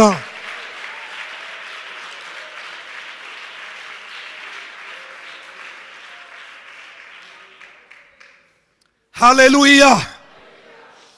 സന്തോഷത്തോടെ ദൈവത്തിന് സ്തോത്രം ചെയ്തേ. Hallelujah, hallelujah. ഡിസോർഡറായി കിടക്കുന്ന പലതും, ഡിസോർഡറായി കിടക്കുന്ന പലതും ദൈവം ഒന്ന് ക്രമീകരിക്കാൻ പോയ. മുന്നോട്ട് വാ. അവൻ ഏതൊക്കെയോ മേഖലകളിൽ വളരെ വളരെ തിരക്കിട്ട് വലിയ ശക്തമായ നിലയിൽ ഓടിക്കൊണ്ടിരുന്ന ഒരു വാഹനത്തെ ബ്രേക്ക് ഡൗൺ ആക്കി അവൻ അതിനെ കാർപോർച്ച് കയറ്റി ഉപയോഗശൂന്യമാക്കി ഇടത്തൊക്കെ വന്ന എന്നോട് കർത്താവ് ഇങ്ങനെ രാത്രി പറയാൻ പറയുന്നു, ഒരു മേഖലയല്ല എല്ലാ മേഖലകളിലും ആ കെട്ടുന്നത് പൊട്ടാൻ പോവുക. അതനാ ജനഘടകൾക്കരകഥന. കർത്താവ് എന്നോട് പറയുന്നു, മാനസികമായും ശാരീരികമായും ആത്മീയമായും ഭൗതികമായും ഈ രാത്രി ഒരു വിടുതൽ എൻ്റെ തമ്പുരാൻ കൽപ്പിക്കുക. ആമേൻ. ഇന്ന് രാത്രി പരിശുദ്ധാത്മാവിനെ പറയുന്നു, മടുത്തു, ഇനി മുന്നോട്ടൊരു വഴിയില്ല. എല്ലാ വഴികളും പിശാച് കൊട്ടിയടച്ചെങ്കിൽ ഈ രാത്രി വേളയിൽ സൈന്യങ്ങളുടെ യഹോവ ഈ രാത്രി അരുളപ്പാട് പറയുന്നു, ആദ്യം രാത്രി എന്റെ ദൈവം ഓപ്പൺ ചെയ്യുന്നു. പക്ഷേ എന്നാ ദൈവം ഒരു കാഴ്ച കാണിക്കുക. അവൻ ചില ഫയലുകൾ ഇപ്പൊ പ്രാർത്ഥിച്ചു എവിടെ എഴുന്നേറ്റ് പ്രാർത്ഥിക്കും. ഒരുമിച്ചൊന്നു വാ. കർത്താവ് ഇന്ന് ഈ കുടുംബത്തിന്റെ കെട്ട് ദൈവം പൊട്ടിക്കുക. അതനകട കേൾക്കര ഇവര് ആമൻ എന്നോട് കർത്താവ് പറയുകയാണ്, നല്ല നിലയിൽ ഓടിയതാ, നല്ല നിലയിൽ തിരക്കിട്ട് ഓടിയതാ. പക്ഷെ ഇന്ന് വാഹനം കാർപോർച്ചിനകത്ത് കയറ്റി ചുമ്മാ ഇടുന്നത് പോലെ എന്ത് ചെയ്യണമെന്നറിയില്ല, ഏത് കാര്യങ്ങൾക്ക് സ്റ്റെപ്പ് വെക്കണമെന്നറിയത്തില്ല. പക്ഷെ ഇന്ന് രാത്രി ഒരു വെളിച്ചം ഉദിപ്പിക്കാൻ പോകുക. തമ്പുരാനെ എല്ലാ ദൈവദാസന്മാരും ഒന്ന് മുന്നോട്ട് വന്നേ. ദൈവദാസന്മാർ ഓടി മുന്നോട്ട് പോവാ. നമ്മൾ പ്രാർത്ഥിക്കാൻ പോകുക. ഈ ഉപവാസത്തിന്റെ നടുവിൽ ഒരു ശക്തമായ ഡെലിവറൻസ് ഈ കുടുംബത്തിന് മേല് തമ്പുരാൻ അത് ഫോക്കസ് ചെയ്തെങ്കിൽ ഈ രാത്രി ആ കുടുംബത്തിന്റെ അകത്ത് ഒരു അസാധാരണ വിടുതൽ ഇന്ന് രാത്രി ദൈവം ചെയ്യുക. കർത്താവേ, ഞങ്ങൾ ഒരുമിച്ച് പ്രാർത്ഥിക്കുന്നു, ആ കെടുതികൾ ഇന്ന് രാത്രി അഴിയട്ടെ. സ്വർഗത്തിന്റെയും ഭൂമിയുടെയും ആ വിചാരങ്ങൾ ചുമ്മാ തകർത്തതല്ല, ചുമ്മാ ഉടച്ചതല്ല. വിശ്വസ്തരെന്ന് പറഞ്ഞ ചിലത്, കൂടെ നിൽക്കാമെന്ന് പറഞ്ഞ ചിലത് നിന്റെ കാല് ആമെ കെട്ടിയിട്ടെങ്കിൽ ഇന്ന് തമ്പുരാൻ പൊട്ടിക്കും. ഉടക്കെട്ടി കടകച്ച തുടക്കെട്ടി വണ്ടക്കെട്ടി കടകം ജാനം ആതുക്കെട്ടും വണ്ടക്കെട്ടും വടകച്ചാരി അതുലക്കെട്ടും വടകച്ചാനി അണ്ടൽക്കെട്ടി അടകല വേദം വേദക്കെട്ടും ചൊല്ലിക്കെട്ടി അമ്പൽ വേദം വേദക്കെട്ടി കടകച്ചാനി കണ്ടന്തി അന്തക്കെട്ട കടകച്ചാനി കെട്ട കടകം കട്ടം വടവച്ചാനി കണ്ടം ദീപക്കെട്ടി ചാന താല താല താല താല താല താല താല താല താല അഴിയട്ടെ ഇന്ന് രാത്രി യേശു ക്രിസ്തുവിന്റെ നാമത്തിൽ ഞങ്ങൾ പൊട്ടിക്കുക. ക്രിസ്തുവേശുവിൻ നാമത്തിൽ പിതാവേ. കരമടിച്ച ദൈവത്തിന് നന്ദി പറ. ഇരുന്നോട്ടെ. അവൻ ഈ രാത്രി ഒരു ദൂതുകൂടി ഞാൻ വിളിച്ചു പറയുന്നു. ഒന്ന്, അവന്റെ ക്രൂശിന് കഴിയുന്നത് രമ്യപ്പെടുത്താൻ കഴിയോ. രണ്ട്, ഏത് ബന്ധനത്തെ അഴിക്കാനും എന്റെ തമ്പുരാന് കഴിയോ. സഭ ഒരുമിച്ച് ഉറക്കെ ഒരു ഹല്ലേലൂയ പറ. അവന്റെ മുമ്പിൽ അഴിയാത്ത ഒരു കെട്ടുമില്ല, അവൻ അഴിക്കാൻ കഴിയാത്ത ഒരു ബന്ധനമില്ല. ഏത് കടുങ്കെട്ടും അഴിപ്പാൻ എന്റെ തമ്പുരാന് ശക്തിയുണ്ട്.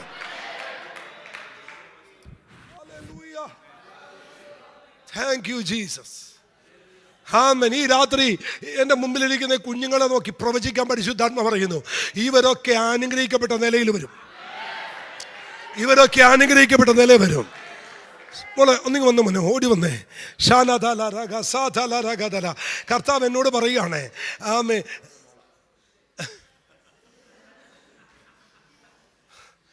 കർത്താവ് എന്നോട് പറയുകയാണ്, യേശുപ്പച്ച എന്നോടെന്നാ പറയാത്തെ, എന്നോടെന്നാ സംസാരിക്കാത്ത. നീ അവിടെ ഇരുന്ന് പറഞ്ഞു, കർത്താവ് എന്നോടെന്നാ സംസാരിക്കത്തെ, എന്നോടെന്നാ കർത്താവ് ഇടപെടാത്തെ.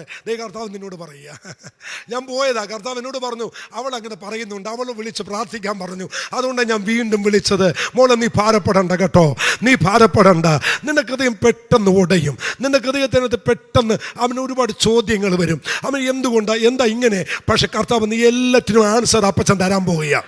കേട്ടോ. ആമൻ. എല്ലാത്തിനും ആൻസർ. ഒരു പക്ഷേ ഇങ്ങനെയൊക്കെ ഉണ്ടായിരുന്നെങ്കിൽ എനിക്ക് ഇങ്ങനെയൊക്കെ പോകാമായിരുന്നല്ലോ, ഇങ്ങനെയൊക്കെ ഉണ്ടായിരുന്നെങ്കിൽ ഇന്നതൊക്കെ എനിക്ക് ചെയ്യാമായിരുന്നല്ലോ. അത് കൊച്ചെ നിന്റെ ആഗ്രഹമാ. ഒന്നും ദൈവം മുടക്കത്തില്ല. സങ്കീർത്തനം 20:4 നിന്റെ ദൂത. സങ്കീർത്തനം 20:4 നിന്റെ ഹൃദയത്തിലെ ആഗ്രഹം അവൻ നിനക്ക് നൽകും. നിന്റെ താല്പര്യമൊക്കെയും ദൈവം നിവർത്തിക്കും. തമ്പുരാനെ, ഞങ്ങൾ ഒരുമിച്ച് ഈ കുഞ്ഞിന് വേണ്ടി പ്രാർത്ഥിക്കുന്നു. അങ്ങയുടെ നാമം ചൊല്ലി ഞങ്ങൾ അവളെ ബ്ലസ് ചെയ്യുന്നു. യേശു, നീ ചിലത് എഴുതും. ഈ കൈ കൊണ്ട് നീ ചിലത് എഴുതും. എഴുതാൻ നിനക്കൊരു കൃപ തരും. വാമൊഴിയായും വരമൊഴിയായും ചിലത് ചെയ്യാൻ കുഞ്ഞെ നീ ചിലത് എഴുതും. ചില പ്രബന്ധങ്ങൾ എഴുതി നീ പുറത്തു കൊണ്ടുവരും.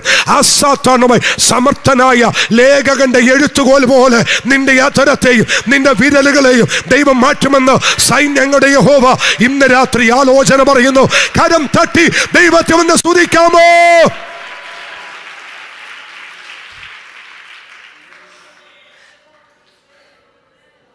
ഹല്ലേലൂയ. 3 ചോദ്യം മർക്കോസിന്റെ 5-ാം അധ്യായത്തിലുണ്ട്. 1:5-9 നിന്റെ പേരെന്ത്? അശുദ്ധാത്മാവിനോട്. 2-ാമത്തെ ചോദ്യം 5:30 അവൻ ഉടനെ യേശു തങ്കം നിന്ന് ശക്തി പുറപ്പെട്ടു എന്ന് ഉള്ളിൽ അറിഞ്ഞിട്ട് പുരുഷാരത്തിൽ തിരിഞ്ഞ് എന്റെ വസ്ത്രം തൊട്ടത്. 1-ാമത്തെ ചോദ്യം അശുദ്ധാത്മാവിനോട്. ഒരാമൻ പറഞ്ഞേ. 1-ാമത്തെ ചോദ്യം അശുദ്ധാത്മാവിനോട്. 2-ാമത്തെ ചോദ്യം രോഗശക്തിയോട്. ഒരു ഹല്ലേലൂയ എന്ന് പറ. രോഗശക്തിയോട്. മൂന്നാമത്തത് ആമൻ 5:39 അകത്ത് കടന്നു നിങ്ങളുടെ ആരാവാരവും കരച്ചിലും എന്തിന് കുട്ടി. 3-ാമത്തെ ചോദ്യം മരണശക്തിയോട്. ഇനി ഉറക്കവർ ആമൻ പറഞ്ഞാൽ ഒരു പൊട്ടുകൂടി പൊട്ടും. പോരാ, ഈ ആമൻ പോരാ, ശക്തിയോടെ രാമൻ പറ. ദൈവദാസന് 3 ചോദ്യം. 1 അശുദ്ധാത്മാവിനോട് ആമേൻ പറ. 2 രോഗശക്തിയോട്. 3 മരണത്തിന്റെ ശക്തിയോട്. പൈശാചിക മണ്ഡലം, രോഗമണ്ഡലം, മരണത്തിന്റെ കെട്ട്, ഇത് 3 അഴിപ്പാൻ എന്റെ യേശുവിന് ഇന്ന് രാത്രി ശക്തിയുണ്ട്. കാലമടിച്ച്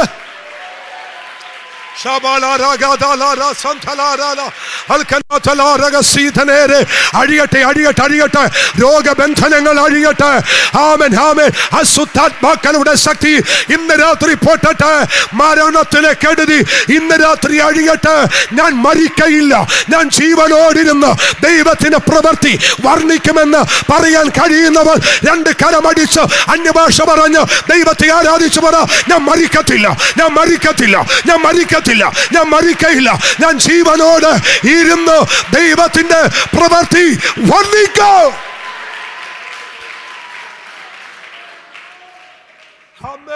സങ്കീർത്തനത്തിൽ ഒരു വാക്യം എന്റെ അകത്ത് മുഴങ്ങുന്നു. സുസ്ഥനായ യഹോവേ, ഞാൻ നിനക്ക് സ്തോത്രം ചെയ്യുന്നു, നീ എന്റെ മരണപാശങ്ങളെ അഴിച്ചിരിക്കുന്നു. ഒരു ഹല്ലേലൂയ പറ.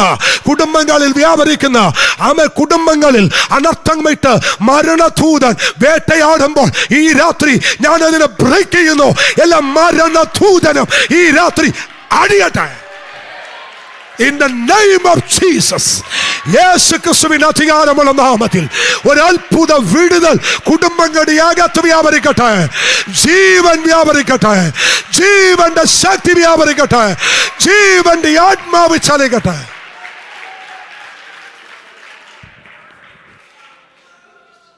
ഓ ഷാനാദ, ഇത് എത്രാം ദിവസം പക്ഷേ? 9-ാമത്തെ ദിവസം കുറിച്ചു വെച്ചോ. ഇന്ന് രാത്രി പ്രത്യക്ഷമായ അടയാളം നിങ്ങൾ കാണും. ഞാൻ ഒരു കാര്യം ചോദിച്ചോട്ടെ. സ്തോത്രം. എൻ്റെ തോന്നലാണ്, വിട്ടുകളഞ്ഞേക്കണം. ഈ വീടിൻ്റെ മേൽക്കൂരയൊക്കെ ചെയ്യുന്ന അല്ലെങ്കിൽ വെൽഡിങ് വർക്കുമായി ചെയ്യുന്ന ആരെങ്കിലും, ഈ കൺസ്ട്രക്ഷൻ വർക്ക് ചെയ്യുന്ന ആരെങ്കിലും ഇതിനകത്തുണ്ടോ? ഉണ്ട്. ഓക്കെ, അച്ഛാ ഒന്ന് മുന്നോട്ട് വന്നേ. പ്രാർത്ഥിക്കാൻ കർത്താവിനോട് പറഞ്ഞു. ഷാനാതാലാരാ, നിങ്ങളുടെ കരങ്ങളെ ദൈവം തൊടാൻ പോകുക കേട്ടോ. കരങ്ങളെ ദൈവം തൊടാൻ പോകുക. ഞാൻ കുറേ നേരമായി എന്നോടത് പറയുന്നേ. അങ്ങനെ ചെയ്യുന്നൊരു വ്യക്തി ഇതിനകത്തുണ്ട്. അവൻ്റെ കരങ്ങളെ ദൈവം അനുഗ്രഹിക്കും. ഈ കരം ദൈവം അനുഗ്രഹിക്കാൻ പോകുക. ആമൻ. നിങ്ങളെ കൊണ്ട് ദൈവം ചിലതിന് അടിസ്ഥാനമിടിക്കും, നിങ്ങളെ കൊണ്ട് ദൈവം ചിലത് പണിയിപ്പിക്കും. ഇന്ന് ഞങ്ങൾ ഇവിടെ പ്രാർത്ഥിക്കുമ്പോൾ നിങ്ങളുടെ കുടുംബത്തിനകത്ത് മാത്രമല്ല, ദൂരത്തിരിക്കുന്ന ആരുടെയും മേൽ ദൈവത്തിന്റെ കരം ഇന്ന് രാത്രി ചലിക്കാൻ പോകുക. സ്വർഗീയ പിതാവേ, അടികൾ ഒരുമിച്ച് ചേർന്ന് നിന്റെ ദാസന് വേണ്ടി പ്രാർത്ഥിക്കുന്നു. ആ വെളിപ്പാടിന് പുറത്തു നിന്ന് ഞങ്ങൾ യേശുവിന്റെ നാമത്തിൽ ക്ലെയിം ചെയ്ത് പ്രാർത്ഥിക്കുന്നു. ഈ രാത്രി ഒരു വലിയ അനുഗ്രഹം ഈ ആലയത്തിന്റെ നടുവിൽ നിന്ന് നിന്റെ മകന് മേൽ ഉണ്ടാവട്ടെ. പിതാവിൻ്റെയും പുത്രൻ്റെയും പരിശുദ്ധാത്മാവിൻ്റെയും നാമം ചൊല്ലി ഞങ്ങൾ അനുഗ്രഹിക്കുന്നു. തമ്പുരാനെ, അവിടുത്തെ കരം നീട്ടുന്നത് കൊണ്ട് നന്ദി. ക്രിസ്തുയേശുവിൻ നാമത്തിൽ പിതാവേ, ആമേൻ. ദൈവം അനുഗ്രഹിക്കട്ടെ. വീണ്ടും വീണ്ടും പരിശുദ്ധാത്മാവിനോട് പ്രവചിക്കാൻ പറയുന്നു. ആ പ്രവചന ദൂതൻ പറയുന്നു, ആമേൻ, സാമ്പത്തിക മേഖലകളിൽ ഈ ഉപവാസത്തിന്റെ നടുവിൽ അസാധാരണ വിടുതൽ ഉണ്ടാകും. സതിക ഇന്ന് രാത്രി ലൈവിലൂടെ ഞങ്ങൾ കേൾക്കുന്നവരോട് പറയുന്നു, നിങ്ങൾ ഏത് രാജ്യത്തിരുന്ന്, നിങ്ങൾ ഏത് ദേശത്തിരുന്ന് ഞങ്ങള് ഈ തിരുവചനം ശ്രദ്ധിക്കുന്നു, നിങ്ങൾ ഇരിക്കുന്ന ഇടത്ത് വേഗത്തിൽ ഓടുന്ന ദൈവത്തിന്റെ വചനം അടച്ച് നിങ്ങളെ വിടുവിച്ചിരിക്കും. നിങ്ങളുടെ കൂടാരങ്ങളിൽ ഒരു വിടുതൽ വ്യാപരിച്ചിരിക്കും. ഹല്ലേലൂയ. മൂന്ന് ചോദ്യങ്ങൾ. ആമൻ. ഒന്ന്, ആമൻ, സ്തോത്രം, നിന്റെ പേരെന്ത്? രണ്ട്, എന്നെ തൊട്ടതാര്? മൂന്ന്, നിങ്ങളുടെ കരച്ചിലും ആരവാരവും. മൂന്ന് ശക്തികളെ ദൈവം വെല്ലുവിളിച്ചു. മൂന്ന് ശക്തികൾ ഏതൊക്കെയാ? പൈശാചികം, രോഗം, മരണം. ഇത് മൂന്നും അഴിപ്പാൻ കഴിവുള്ളവൻ നമ്മുടെ ദൈവമാണ്, അല്ലേ? സ്വോത്രം, സ്വോത്രം, സ്വോത്രം, സ്വോത്രം, സ്വോത്രം.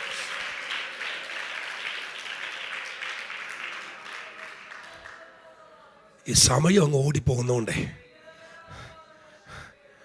ഹല്ലേലൂയ, എനിക്ക് എവിടെ ചെന്നാലും ഒട്ടും കിട്ടാത്തൊരു കാര്യം ഈ സമയമാണ്. കാര്യം പറഞ്ഞൊന്ന് ചൂടായി വരുമ്പോൾ സമയം അങ്ങ് തീരും. എന്തുവാകട്ടെ, ഞാൻ ഒന്ന് രണ്ടെണ്ണം കൂടി പറയാം, അല്ലേ? ക്രൂസിൻ്റെ മൂന്നാമത്തെ സാധ്യത. പക്ഷെ അതിനകത്ത് നിങ്ങളോട് ദൈവം വീണ്ടും സംസാരിക്കും. എന്താണ് ഒരിക്കലും പ്രശസ്തനല്ലാത്തവനെ ക്രൂസ് പ്രശസ്തനാക്കും. അത് എന്നോടാണെന്ന് നിങ്ങൾക്ക് ഓർമ്മയുണ്ടെങ്കിൽ ഓർമ്മയ്ക്ക് രാമൻ പറഞ്ഞ കേട്ടത്.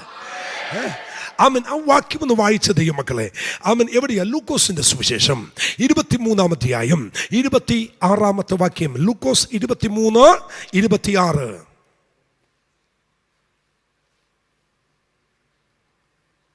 അങ്ങനെ കൊണ്ടുപോകുമ്പോൾ വയലിൽ നിന്ന് വരുന്ന ശീമോൻ എന്നൊരു കുറേനക്കാരനെ, അങ്ങനെ അവനെ കൊണ്ടുപോകുമ്പോൾ വയലിൽ നിന്നും വരുന്ന ശീമോൻ എന്ന കുറേനക്കാരനെ അവർ പിടിച്ച് ക്രൂശ് ചുമപ്പിച്ചു യേശുവിന്റെ പിന്നാലെ നടക്കുമാറാക്കി. ഇത്രയും ഭാഗം നിങ്ങൾ കേട്ടല്ലോ. ഇത്രയും പറഞ്ഞ് ഇന്ന് ഞാനിവിടെ അവസാനിപ്പിക്കാം. ഹല്ലേലൂയ. ഒരു ആമേൻ പറഞ്ഞേ. ദൈവമക്കളെ, ശ്രദ്ധിച്ചേക്കണേ, ഒന്ന് ശാന്തമായിട്ട് പറയാം. ഈ യേശു കർത്താവ് ചിലരെയൊക്കെ വിളിച്ചത് കൂടെ കാണുമെന്ന് കരുതിയ, അല്ലേ? ശീമോൻ എന്ന് പേര് പറഞ്ഞ ഒരുത്തനെ വിളിച്ചു, അല്ലേ? ആരാ? പത്രോസ്. 12 അടി വീതിയുള്ള വഴിയിൽ ത്രാണിയില്ലാതെ കുരിശ് ചുമക്കാൻ ത്രാണിയില്ലാതെ വരുമ്പോൾ ആ കുരിശ് ചുമന്ന് ഗൊൽഗോത്ത വരെ എത്തിക്കാൻ കൂടെ കാണും എന്ന് കരുതി ദൈവം പേര് ചൊല്ലി വിളിച്ചു ശീമോനെ. പക്ഷേ വാളെടുത്ത് വെട്ടി ഉപരിവിപ്ലവത്തിൻ്റെ ആത്മീയതയിൽ പുറഞ്ചട്ട വലിച്ചെറിഞ്ഞു കളഞ്ഞ് ഇട്ടോടി തള്ളിപ്പറഞ്ഞു, ആണയിട്ട് ശപിച്ചു. പത്രോസേ, എടാ ശീമോനെ, നീ വിചാരിച്ചു അല്ലേ എൻ്റെ യേശുപ്പനെ ക്രൂശ് ചുമക്കാൻ കൂടെ ഇല്ലാതെ ഒറ്റിപ്പറഞ്ഞിട്ട് തള്ളിപ്പറഞ്ഞിട്ട് പോയാൽ വേറൊരുത്തനെ കിട്ടില്ലെന്ന്? എടാ, ആഫ്രിക്കയിൽ നിന്ന് കുറേനെന്ന് വരുത്തുവടാ ചുമക്കാൻ ശീമോനെ. മനസ്സിലായില്ലല്ലേ? ഒരു ശീമോൻ ഇവിടെ നിന്ന് പോയാൽ 10,000 ശീമോന്മാരെ ദൈവത്തിന് കൊണ്ടുവരാൻ കഴിയും. ആമേൻ. യേശുവിൻ്റെ 12 അടി വീതിയുള്ള ആ കുരിശ് ചുമന്നുകൊണ്ട് പോകുന്ന പാതയിൽ ത്രാണിയില്ല, ഇവൻ അവിടം വരെ എത്തില്ല എന്ന് കണ്ടപ്പോൾ ഇതൊന്ന് ചുമന്ന് കൊൽക്കോത്ത വരെ എത്തിക്കാൻ പടയാളികൾ ചുറ്റും നോക്കി. ഇനി ആ ചുറ്റും നോക്കിയതിൽ ആരൊക്കെ ഉണ്ടെന്ന് നിങ്ങളൊന്ന് കേട്ടോ. ആ ക്രൂസിൻ്റെ ഇങ്ങേ സൈഡ് നിൽക്കുന്നതിൽ 1-2 പേരെ പരിചയപ്പെടുത്താം. മരിച്ചിട്ട് നാറ്റം വെച്ച് ഉയർത്തെഴുന്നേറ്റ ലാസർ ദാണ്ട് ഇങ്ങേ അറ്റത്ത് നിൽപ്പുണ്ട്. തൊട്ടടുത്ത് നിൽക്കുന്ന ചെറുപ്പക്കാരനെ കണ്ടോ? നൈൽ പട്ടണത്തിലെ വിധവയുടെ മോന. അവന് തൊട്ടപ്പുറത്ത് നിൽക്കുന്ന കുറച്ച് പേരെ കണ്ടോ? ആരാ? കുഷ്ഠരോഗം സൗഖ്യമായതാ. അവൻ കുറച്ചുകൂടി അങ്ങോട്ട് പോകുമ്പോൾ പെൺകുട്ടി നിൽക്കുന്ന കണ്ടോ? യായിറോസിന്റെ മോള. ഇനി ഇപ്പുറത്ത് ഒരു പേരെ കണ്ടോ? അപ്പം തിന്നവരാ, അത്ഭുതം കണ്ടവരാ, അടയാളം കണ്ടവരാ. പക്ഷെ ആരും കുരിശെടുക്കാൻ മുന്നോട്ട് വന്നില്ല. വരാഞ്ഞതിന് പിന്നിൽ ഒരു കാരണമുണ്ട്. ഏതാനും മണിക്കൂറുകൾ കഴിയുമ്പോൾ ശാബത്ത് ആരംഭിക്കുക. ശാബത്ത് ആരംഭിച്ചു കഴിഞ്ഞാൽ അവൻ കുരിശ് തൊടുന്നത് അവൻ ശപിക്കപ്പെട്ടിരിക്കും. ക്രൂശ് ഒരിക്കലും അനുഗ്രഹത്തിന്റെ ചിഹ്നമല്ല, ശാപത്തിന്റെ ചിഹ്നമാണ്. ഒരു യഹൂദൻ ശാബത്ത് തുടങ്ങുന്നതിന് മണിക്കൂറുകൾക്ക് മുമ്പ് ആ ക്രൂശിന്റെ അറ്റം തൊട്ടാൽ അവൻ ശപിക്കപ്പെട്ടവനാണ്. അതുകൊണ്ട് അനുഭവമുള്ള ഒരുത്തൻ പോലും ക്രൂശിന്റെ അറ്റം തൊടാൻ വരാൻ മടിച്ചു നിൽക്കുമ്പോ, മാറി നിൽക്കുമ്പോ, കുതിരപ്പുറത്തിരിക്കുന്ന പടയാളി ഒരുത്തനെ കണ്ടു. ആരാണ്? ആഫ്രിക്കയിൽ കുറേന എന്ന് പറയുന്ന ലിബിയക്ക് അടുത്ത് കിടക്കുന്ന ഒരു ദേശത്തു നിന്നും എപ്പോഴോ എവിടെ നിന്നോ വന്ന ഒരു കുറേനക്കാരനായ കാപ്പിരിമുടിയുള്ള ഒരു ചെറുപ്പക്കാരനെ അവന്റെ കണ്ണിൽപ്പെട്ടു. ഒരു സ്വതന്ത്രം പറ. അവനോട് പറയുന്നു, വാ, വന്ന് ക്രൂശെട്. നിർബന്ധിച്ചു എന്നാണ് പറയുന്നത്. അങ്ങനെയാണെങ്കിൽ പലയാവർത്തി പറഞ്ഞു കാണും. അവൻ ഒത്തിരി ഒഴിവ് കഴിവ് പറഞ്ഞു കാണും. സാറേ, ഞാൻ ഇവിടത്തുകാരനല്ല, ഞാൻ യഹൂദനല്ല, ഞാൻ പുറം ജാതിക്കാരനാ, ഞാനൊരു അടിമയാ, ഞാൻ എന്തിന് കുരിശെടുക്കണം? വാക്കുകൾക്കൊന്നും പ്രസക്തിയില്ല. കുരിശെടുത്തേ പറ്റൂ, കുരിശെടുത്തേ പറ്റൂ. ദൈവമക്കളെ, ഒരു ചരിത്രം ഞാനൊന്ന് തൊട്ടോട്ടെ. എൻ്റെ അപ്പൻ്റെ പുസ്തകത്തിനകത്ത് യേശുവിൻ്റെ ക്രൂശ് മരണം മുഴുവൻ തിരുവെഴുത്തുകളിൻ പ്രകാരമാണ്. അവൻ അടി കൊണ്ടത് തിരുവെഴുത്തുകളിൻ പ്രകാരം, അവൻ്റെ അങ്കിക്ക് വേണ്ടി ചീട്ടിട്ടത് തിരുവെഴുത്തുകളിൻ പ്രകാരം, അവൻ്റെ അസ്ഥികൾ ഒടിയാതിരുന്നത് തിരുവെഴുത്തുകളിൻ പ്രകാരം, യെരൂശലേം പുത്രിമാർ വാവിട്ട് കരഞ്ഞത് തിരുവെഴുത്തുകളിൻ പ്രകാരം, അവന് ഒറ്റിക്കൊടുത്ത യൂദ വെള്ളിക്കാശ് മേടിച്ച തിരുവെഴുത്തുകളിൻ പ്രകാരം, ജനനം മുതൽ മരണം വരെ തിരുവെഴുത്തുകളിൻ പ്രകാരം. എന്നാൽ നിങ്ങളൊരു സത്യം ഇന്ന് രാത്രി അറിയണം.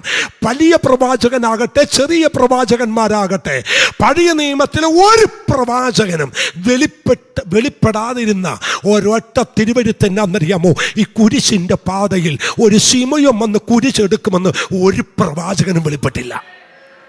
എന്നോടൊപ്പം നിങ്ങളുണ്ടോ? യെശയ്യാവ് പ്രവചിച്ചില്ല. യെശയ്യാവല്ലേ ക്രൂശ് മരണം പ്രവചിച്ചത്? അവൻ ഏലി ഏലി ലമ്മാ ശമത്താനി എന്ന് പ്രസംഗിച്ചത്, എന്നെ കൈവിട്ടത്. സങ്കീർത്തനം 22. ദാവീദല്ലേ? ദാവീദേ, നീ കണ്ടില്ലേ ക്രൂശിന്റെ വഴിയിൽ ശീമോൻ വരുന്നത്? യെശയ്യാവേ, നീ കണ്ടില്ലേ ക്രൂശിന്റെ ചുവടിൽ ശീമോൻ വരുന്നത്? ഇല്ലില്ല, ഞങ്ങൾ ആരും ശീമോനെ കണ്ടില്ല.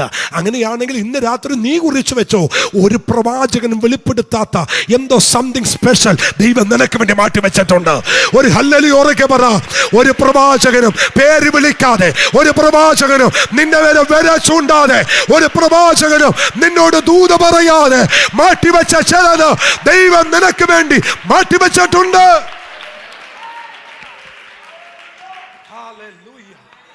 പക്ഷേ എന്നെ വല്ലാതെ കത്തിച്ചൊരു ദൂത, വല്ലാതെ കത്തിച്ച ദൂത. ആച്ചിട്ടതുപോലെ പ്രവാചകന്മാർ യേശുവിൻ്റെ ജനനം മുതൽ മരണം വരെ പ്രവചിച്ചിട്ടും ശീമോൻ കുരിശെടുക്കാൻ വരുന്നത് ഒരു പ്രവാചകനും കണ്ടില്ല. അങ്ങനെയാണെങ്കിൽ കുറിച്ച് വെച്ചോ, ഉലകത്തിൽ ഒരു പ്രവാചകനും പ്രവചിക്കാത്ത എന്ത് സ്പെഷ്യൽ ഗിഫ്റ്റ് കുഞ്ഞെ ദൈവം നിനക്ക് വേണ്ടി മാറ്റിവെച്ചിട്ടുണ്ട്. പറ്റുമെങ്കിൽ ആമേൻ പറഞ്ഞ് കേട്ടോട്, പറ്റുമെങ്കിൽ ആമേൻ പറഞ്ഞ് കേട്ടോട്. എനിക്ക് വേണ്ടി ദൈവം മാറ്റിവെച്ചിട്ടുണ്ട്, നിങ്ങൾക്ക് വേണ്ടി ദൈവം.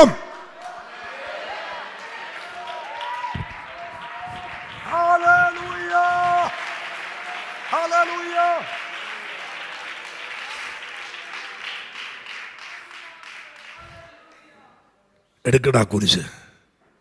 കുരിശെടുത്തു, കുരിശെടുത്തു. 60 കിലോ അടുത്ത് വിലമുള്ള വെയിറ്റുള്ള ക്രൂശാണ്. അടിച്ചിത്രയും മുറിവേൽപ്പിച്ച്, ഇത്രയും ഉഴവ് ചാല് പോലെ കീറി മുറിച്ചിട്ട് ഈ 60 കിലോ വെയിറ്റ് എൻ്റെ അപ്പൻ എങ്ങനെ ചുമന്നെന്നാ എനിക്കറിയാതെ. അതൊക്കെ വായിക്കുമ്പോൾ നമ്മുടെ ചങ്ക് തകരും ദൈവമക്കളെ. ഈ കുരിശും ചുമന്നുകൊണ്ട് പോകുന്ന പോക്കിലെ ഈ ചോരയില്ല, ചോര തലേന്നും ദേഹത്തൊന്നും കുരിശിങ്ങനെ ഇരിക്കുകയല്ലേ, ദേ കൂടി ഒഴുകിയ. എനിക്ക് ഈ മനുഷ്യനോട് ഒടുക്കത്തെ അസൂയ. ആരോട്? ശീമോനോട് എന്നാ ഭാഷ കാര്യം എന്നറിയോ? ഈ കുരിശെടുത്ത് ഈ മനുഷ്യൻ തോളിലോട്ട് വെച്ചപ്പോഴേ യേശുവിൻ്റെ ചുടുചോര ആരുടെയെങ്കിലും ശരീരത്തിൽ ലൈവായി വീണിട്ടുണ്ടെങ്കിൽ അത് ശീമോന്റെയാ. നമ്മളെല്ലാം വിശ്വാസത്തോടെ യേശുവിൻ്റെ രക്തം കൊണ്ട് കടുകൾ പ്രാപിക്കുമ്പോൾ ലൈവായിട്ട് യേശുവിൻ്റെ രക്തം ആരുടെയെങ്കിലും ശരീരത്തിൽ പതിഞ്ഞിട്ടുണ്ടെങ്കിൽ അത് ശീമോന്റെയാ. ഇയാൾ എന്നൊരു ഭാഗ്യം ചെന്ന മനുഷ്യനാ, ഇയാൾ എന്നൊരു ഭാഗ്യം ചെന്ന മനുഷ്യനാ. ഈ കുരിശെടുത്തുകൊണ്ട് ശീമോൻ നടക്കിയ മുമ്പിൽ യേശു നടക്കുന്നു. ആ പിക്ചർ നിങ്ങൾ കാണണം. രണ്ടുപേരും സംസാരിക്കുന്നില്ല. പക്ഷെ ഞാനൊരു ദൂത് പറയാം. നടന്നു പോകുന്നതിൻ്റെ പോക്കിൽ ഇടക്കിട കരുമനാഥൻ ഈ തൂങ്ങിക്കിടക്കുന്ന കണ്ണുകൾ കൊണ്ട് ശീമോനെ നോക്കും. എന്നിട്ട് പറഞ്ഞു കാണും, ശീമോനെ, ഇപ്പോൾ തരാൻ എൻ്റെ കയ്യിൽ മറ്റൊന്നുമില്ല, ഈ പച്ച പൈമര കുരിശല്ലാതെ. പക്ഷെ ഒരു കാര്യം ഞാൻ നിനക്ക് പ്രോമിസ് തരാം. ഈ കുരിശ് ചുമന്ന് നീ ഗൊൽഗോത്ത വരെ എത്തിച്ചാൽ നിനക്ക് 2 മക്കളില്ലേ, അലക്സാണ്ടറും റൂഫോസും, അവരുടെ കാര്യം ഞാൻ ഏറ്റു. ഇതൊന്ന് ചുമന്ന് അവിടം വരെ എത്തിച്ചു തരാമെങ്കിൽ, അവൻ ത്രാണിയില്ലാതെ വഴിയിറമ്പിൽ വീണു പോകുന്ന എൻ്റെ കുരിശ് നീ ഒന്ന് ചുമന്ന് അവിടം വരെ എത്തിച്ചു തന്നാൽ ശീമോനെ, നിന്റെ തലമുറയെ ഞാൻ മറക്കില്ലടാ. കുരിശ് ചുമന്നെത്തിച്ചു. ഞാനൊരല്പം ചരിത്രം കൂടി കൂട്ടി പറയട്ടെ. ഒരടിമയ്ക്കന്ന് ഒരടിമയുടെ ജോലി ചെയ്താൽ 2 വെള്ളിക്കാശ് കിട്ടും ദൈവമക്കളെ. നട്ടുച്ചയ്ക്കത്തെ ക്രൂശ് മരണം കണ്ണാൽ കണ്ട് ഹൃദയം തകർന്ന് വൈകിട്ട് വീട്ടിൽ ചെന്ന അപ്പനെ സ്വീകരിക്കാൻ 2 കൊച്ചുമക്കൾ ഓടി വന്നു, അലക്സാണ്ടർ റൂഫോസ്. അവർ ചോദിച്ചു, അപ്പാ, എന്താ ഈ ശരീരത്ത് കാണുന്ന രക്തക്കറ? അപ്പൻ എന്തെങ്കിലും ആക്സിഡന്റ്? ഇല്ല മക്കളെ, വരുന്ന വഴിക്ക് നസയാന്റെ കുരിശ് ചുമക്കാൻ അപ്പനൊരു ഭാഗ്യം കിട്ടി മക്കളെ. എന്നിട്ട് അപ്പന് വല്ലതും കിട്ടിയോ മക്കളെ? ഒന്നും കിട്ടിയില്ല. പക്ഷേ ചുമന്നുകൊണ്ട് പോകുന്നതിന് നടുവിൽ ഇടക്കിടക്ക് എന്നെ നോക്കി അവൻ പറയുമായിരുന്നു, മക്കളെ, അവൻ നോക്കിക്കൊള്ളാമെന്ന്, നിങ്ങളുടെ കാര്യം അവൻ ചെയ്യാമെന്ന്. ദൈവമക്കളെ, കുരിശ് ചുമന്നവരോടാ ഇന്ന് രാത്രിയിലെ ദൂത്. അവൻ ആർക്കും കടക്കാരനല്ല, അവൻ ആരെയും വെറുതെ വിടുകയില്ല. നിങ്ങൾ ഇന്ന് നേരെയുടെ ഈ ദൈവത്തെ സേവിക്കാൻ ഇറങ്ങിയാൽ നിന്റെ തലമുറ അന്യപ്പെട്ടു പോകാൻ എൻ്റെ തമ്പുരാൻ അനുവദിക്കയില്ല. വിശ്വസിക്കുന്നവരാ മെമ്പറാ. അപ്പോസ്തലനായ പൗലോസ് റോമാർക്ക് ലേഖനം എഴുതുമ്പോൾ 16-ാം അധ്യായത്തിൽ ഇങ്ങനെ ഒരു എഴുത്തെഴുതി, ഞാൻ എല്ലാവർക്കും വന്ദനം ചൊല്ലുന്നു, കർത്താവിൽ പ്രസിദ്ധനായ റൂഫസിന്. റൂഫസിൻ്റെ പേരേ അവിടെ ഉള്ളൂ, അലക്സാണ്ടറിൻ്റെ പേര് അവിടെ ഇല്ല. പക്ഷേ അലക്സാണ്ടറിൻ്റെ പേര് പറഞ്ഞത് മർക്കോസാ. മർക്കോസ് പറഞ്ഞു, വഴിയിൽ നിന്നും വരുന്ന കുറേനക്കാരനായ അലക്സാണ്ടറിൻ്റെയും റൂഫോസിൻ്റെയും അപ്പനായ ശീമോനെ കൊണ്ട് അവർ കുരിശടിപ്പിച്ചു. പിന്നെ എന്താ പൗലോസ് വന്ദനം ചെയ്തപ്പോൾ റൂഫോസിൻ്റെ കാര്യം മാത്രം പറഞ്ഞത്? റൂഫോസ് അന്നത്തെ സഭയിലെ ഡീക്കന്മാരിൽ, ബിഷപ്പുമാരിൽ ഒരാളായി.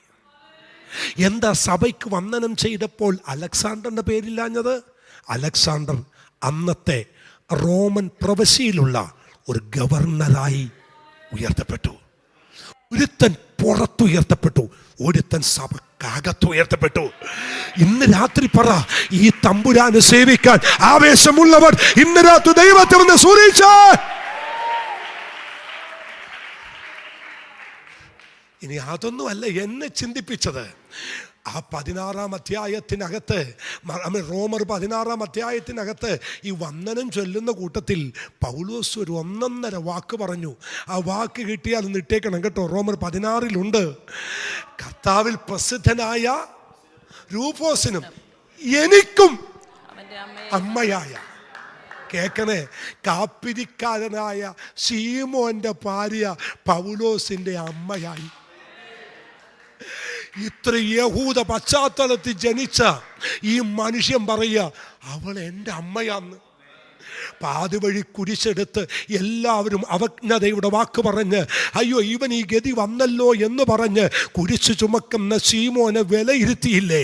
സ്വർഗം പുസ്തകത്തിൽ എഴുതി, ഇവനെ ഞാൻ അനുഗ്രഹിച്ചിരിക്കും. ഒരിക്കലും പ്രശസ്തനല്ലാത്തവനെ ഈ ക്രൂശ് എന്ത് ചെയ്യും? പറ, ഉറക്കെ പറ. ഒരു കയ്യിൽ വലയും മറ്റേ കയ്യിൽ കുലശ്ശേരിയും കൈപ്പാണിയും പിടിച്ച് നടന്ന ഞങ്ങളെയൊക്കെ ഇത്രയും ദൈവം കൊണ്ടുവന്നില്ലേ? ഓ പ്രൈസ് ഗാഡ്, സ്വോത്രം പറ. ഇത്രയും ദൈവം കൊണ്ടുവന്നില്ലേ? ഒറ്റ കാര്യമാ, ക്രൂശ് എടുത്തതാ. ഇനി നിങ്ങൾക്ക് വേണമെങ്കിൽ സ്തോത്രം, ഒറ്റ മിനിറ്റ് പക്ഷേ, ഒറ്റ സന്തോഷമാണോ? ആമേ. നിങ്ങൾക്കും ദൂരെ പോകണ്ട, എനിക്കും ദൂരെ പോകണ്ട. എൻ്റെ കുണ്ടന്നൂരാ വീട്. അപ്പോൾ ഇവിടെ നിന്ന് അടുത്ത് പോയാൽ മതി.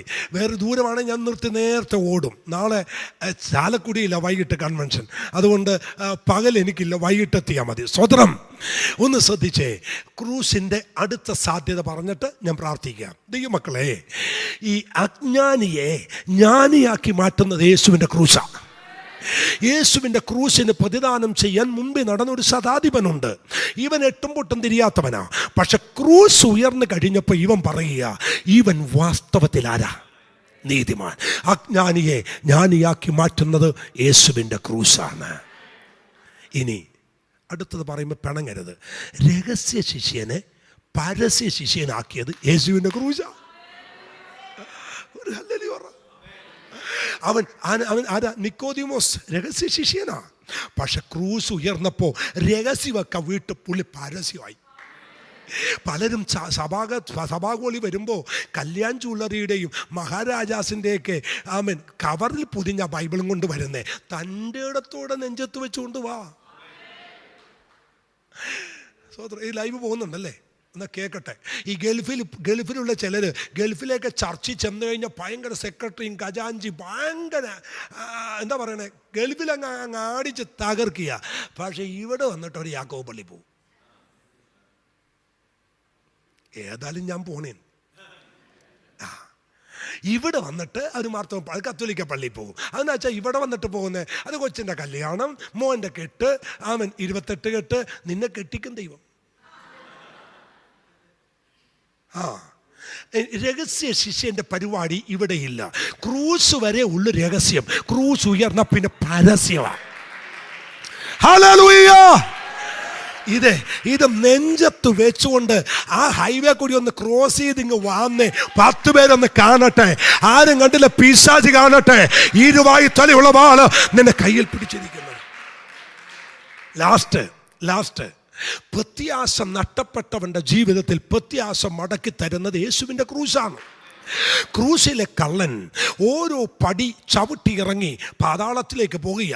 പാതാളത്തിലേക്ക് ലാസ്റ്റ് സീന, അവൻ മരിക്കാൻ പോകുക.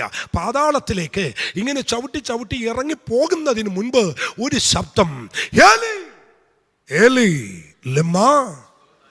പിതാവേ, ഇവർ ചെയ്തെന്തെന്നറിയാകൽ ഇവരോട്.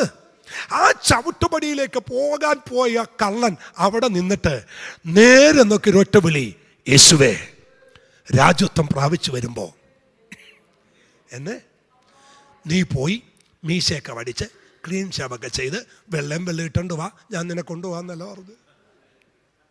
നമ്മുടെ ഉപദേശിമാരാണ് പറയും, പോയി ക്ലീൻ ഷാവൊക്കെ ചെയ്യ്, കഴുത്തിലും കാലിലൊക്കെ ഊര്, എന്നിട്ട് വെള്ളം ഇട്ടുകൊണ്ട് വാ, കൊണ്ടു. ഇന്ന് നീ എന്നോട് കൂടെ, ഇന്ന് നീ എന്നോട് കൂടെ, ഇന്ന് നീ എന്നോട് കൂടെ. പ്രത്യാശ നഷ്ടപ്പെട്ടവന്റെ ജീവിതത്തിൽ പ്രത്യാശ മടക്കി തരുന്നത് യേശുവിൻ്റെ ക്രൂശാണ്. ക്രൂശ് രമ്യപ്പെടുത്തും. ക്രൂശ് ബന്ധനമഴിക്കും. ക്രൂശ് പ്രശസ്തനല്ലാത്തവനെ പ്രശസ്തനാക്കും. ക്രൂശ് അജ്ഞാനിയെ ജ്ഞാനിയാക്കും. ക്രൂശ് പ്രത്യാശ നഷ്ടപ്പെട്ടവന്റെ ജീവിതത്തിൽ പ്രത്യാശ മടക്കി തരും.